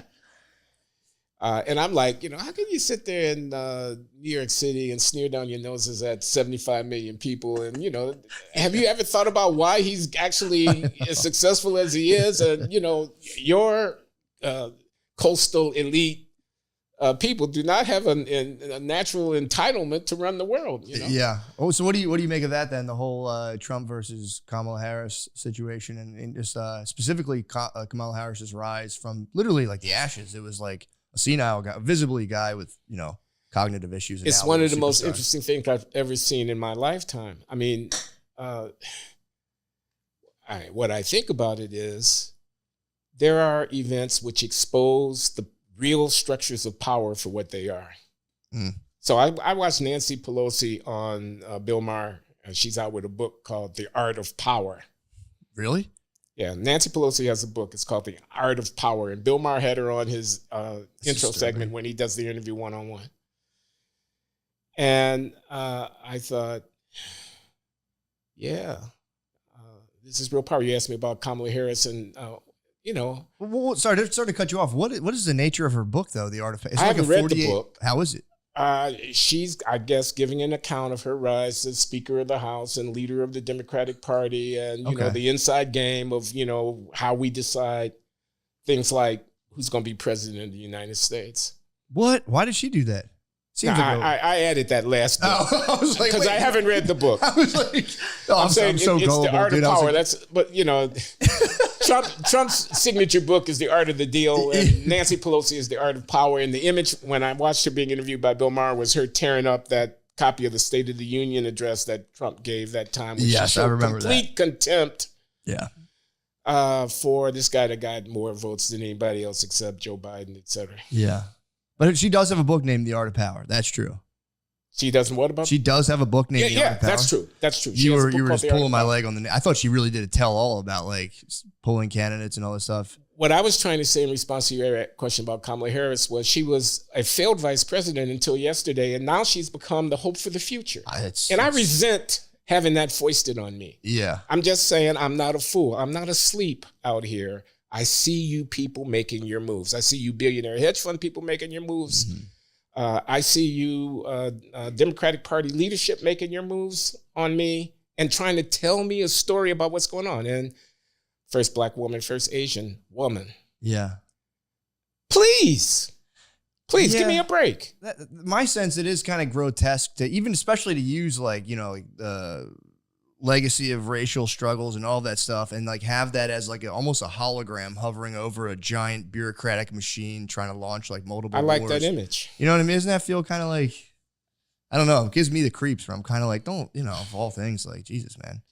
You're supposed Well, to the hologram image, I love this. This is what is put out by the real structures of power to mollify and put you people to sleep, to lull you into a complacency and an acceptance, to give a phony legitimacy. I mean, the future, hope, more wars, joy. Yeah, the joy made me laugh, dude.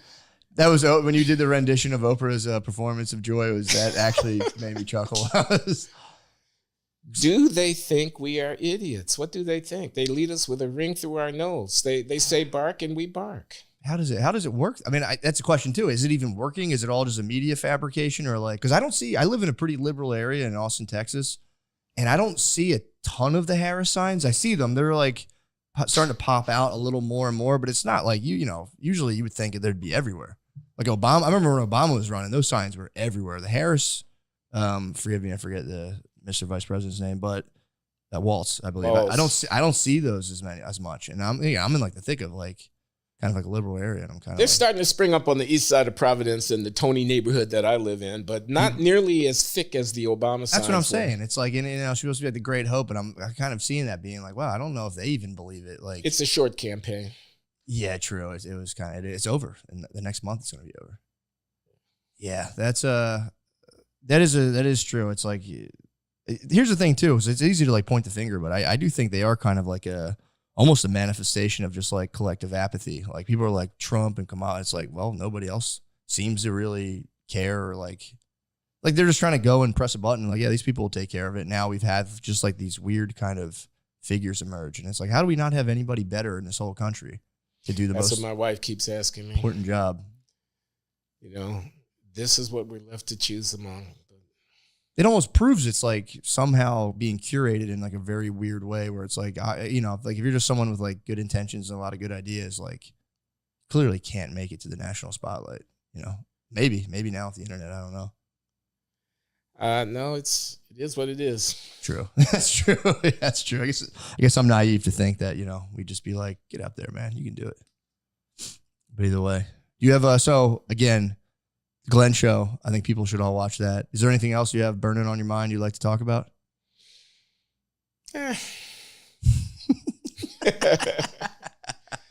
Comedy. So I did this event at the Comedy Cellar at Noam Dworman, and Shane was one of the people who came up there. Spoke highly of you too, by the way. He's like, I met Glenn Lowry. I was like, what? So my thesis was, I said to Noam, I think there are things, I'm a political commentator, but I think there are things that really only comedians can say. You know, like Dave Chappelle talking about the trans stuff or whatever. Sure, I mean, he almost got cashiered for that, but, you know. Kind of. Then you just end up making more and more money because it just kind of drives more attention. Do you agree? Do you agree that there are things that only a comedian can say? And do you feel, as a comedian, any responsibility to say them? I think they're, unfortunately, for some, like if you're in an office, I can't, like I actually was in an office when I was doing social work. I had been a comedian before. I kind of started having doubts, like I had this job. I just want to like do something and actually work with people. Then I did land me in an office and people would be like, yo man, like you can't talk like that. So there is definitely like, yeah, obviously I think, you know, or construction workers also can say whatever they want, but there's not a big difference. But I don't know. When I get like, I think that yes, comedians, not to get too highfalutin about, you know, what I've been up to, but it's like a lot of comedians kind of cash in and just kind of put the blinders on. They're like, look, I don't want to get controversial. I want to kind of sell my tickets. But I think they have a function where they should be kind of like, you know, ridiculing. Because I was reading something recently and they're saying, you know, ridicule's usually the tool of the masses. And when people in power try to employ ridicule, it never has the same effect because it kind of comes off as like, you know, kind of contrived and phony. So I think as a comedian, you should be like kind of lampooning anything you see as just kind of like disingenuous or just kind of like fake. Like you were saying, you can watch the Kamala thing and, you know, I'm sure people can make fun of Trump too if they want. And it's like, whatever they have, you know, ad nauseum, but it's like, you see something about it and you're like, this is kind of weird. But if you're in an office environment and you're like, I don't know about this. Now it's like you could upset your boss. You know, it's just, you can't. I do think working in an office for too long gives you like low grade brain damage, which is not a popular opinion, but I think it does. Just from having to kind of like, just like you were saying, behind a science desk, just keep so much of you inside of yourself. I think it does something. I think you have like these mini hemorrhages in your brain. So, sorry. To answer your question, yeah, I think they do. I think you should try to be funny because there's like, there's people out there, they're working, they're at a job they hate all the time. So like, it's like you got to strike a balance between being like, I'm burning with a message for the world, because then people can be like, bro, come on, man. I'm trying to just laugh. I just want to laugh and have fun and drink a couple beers. Right. But I think there is, you should try to have some sort of substance to it, if they are kind of inclined. But you can also go out there and just do dick jokes. And if people laugh the whole time, it's like, I would never like sneer and be like, it's just like perfect. Mission accomplished. Make people laugh, spread joy, Okay, so I have another question. You're a performer. I'm a performer. Mm-hmm. When I go and give a lecture in class, I'm a performer. Yeah. And I've been doing it for a long time. My first college teaching experience was in 1975. So when I retire next year, it'll be 50 years. Damn. College teaching. I am always, always nervous before I step in front of a class. Always, even to this very day. I have notes, but I'm not sure I'm going to have enough to say, or that I'm going to, be interesting and good and whatnot. I feel like to this day. I don't know how a stand-up person does that thing. Yeah. There are no notes. Yeah. I mean, I'm sure there's rehearsal. I'm sure there's drafting and sketching, and there's thought that goes into it. But it's in the moment. It's the performance. There's the audience, and there's no net. There's no safety net. There's no fallback. I mean, if you go flat, if you, as it were, lose your place, you're fucking done. Yeah, they call it losing your spine. If you lose your spine on stage, you're done. Well, I will say, and this is what I tell people, it's like, yes, it's the same thing. I'm always kind of nervous. Even the first 5 minutes takes me, I'm like a little squirrely. I don't know if people can even notice, but I'm like kind of like, because I'm like, I'm going to forget. I start like kind of have a thing where I'm like, what am I doing? But the thing that comedians get is when a whole room laughs, it puts you in like the deepest sense of like, it's like it's a hard feeling to describe, but it's a very nice feeling. And you're just kind of like little Pac-Man pellets. You're like trying to get the next laugh. And once you've gotten so many, you just kind of relax. And like, when I talk without laughter, I tried to give a reading at my brother's wedding a couple years ago. And I was like, my mom was like, you do it. I'm like, I'm a pro, man. I'm a professional speaker. I was going to pass out. I was at the podium, like, there was 40 people, and I was like, I'm going to, for real, I thought I was going to faint. So I'm not a public speaker by nature, but comedy, when I get laughed, it puts me at ease, and I'm like, all right, I can do that, but I can't do any other form of public speaking. That's so interesting. Like teaching a class, because you're not getting that. It's like a visceral feedback. So you're like, yes, I got them. When you're just like spreading an idea, I would go nuts being like, does this make any sense? And then you have all these, just people, and the people are bored in class too. That would just kill me to see someone like kind of like, so. Yeah, I got it. I hadn't thought about that laughter thing. That's a unique thing to the comedic experience. Did you ever make your class laugh? I'm sure you made your class laugh. Oh yeah, but I'm not there to make them laugh. I mean, I'll tell a joke along the way. It'll come to me, or it'll be an old one that I've used before. And you got canned crowd work, yeah. And then they're also, they can raise their hands and ask questions and make comments, and I can play off of that. And there is feedback. I don't think anything like what you get when you're in that comedy routine thing. Yeah, it's kind of visceral. There's like a visceral element that kind of like, it's kind of nice. So I'm good. Okay, dude, I think you did a great job. Watch the Glenn show. I would tell everyone, again, I don't have any, I don't have the power of Oprah, but people do listen to me about books. I have like a grain of sand of Oprah's book club power. So I give it total double thumbs up. And I think, you'd be a fool not to read it. Well, I hope the book does well. It's so far so good. I mean, I'm not breaking any records, but the reviews have been on the whole very, very fantastic. Positive, and it's been widely noticed, and I get a lot of positive feedback from people like you. So I'm hopeful.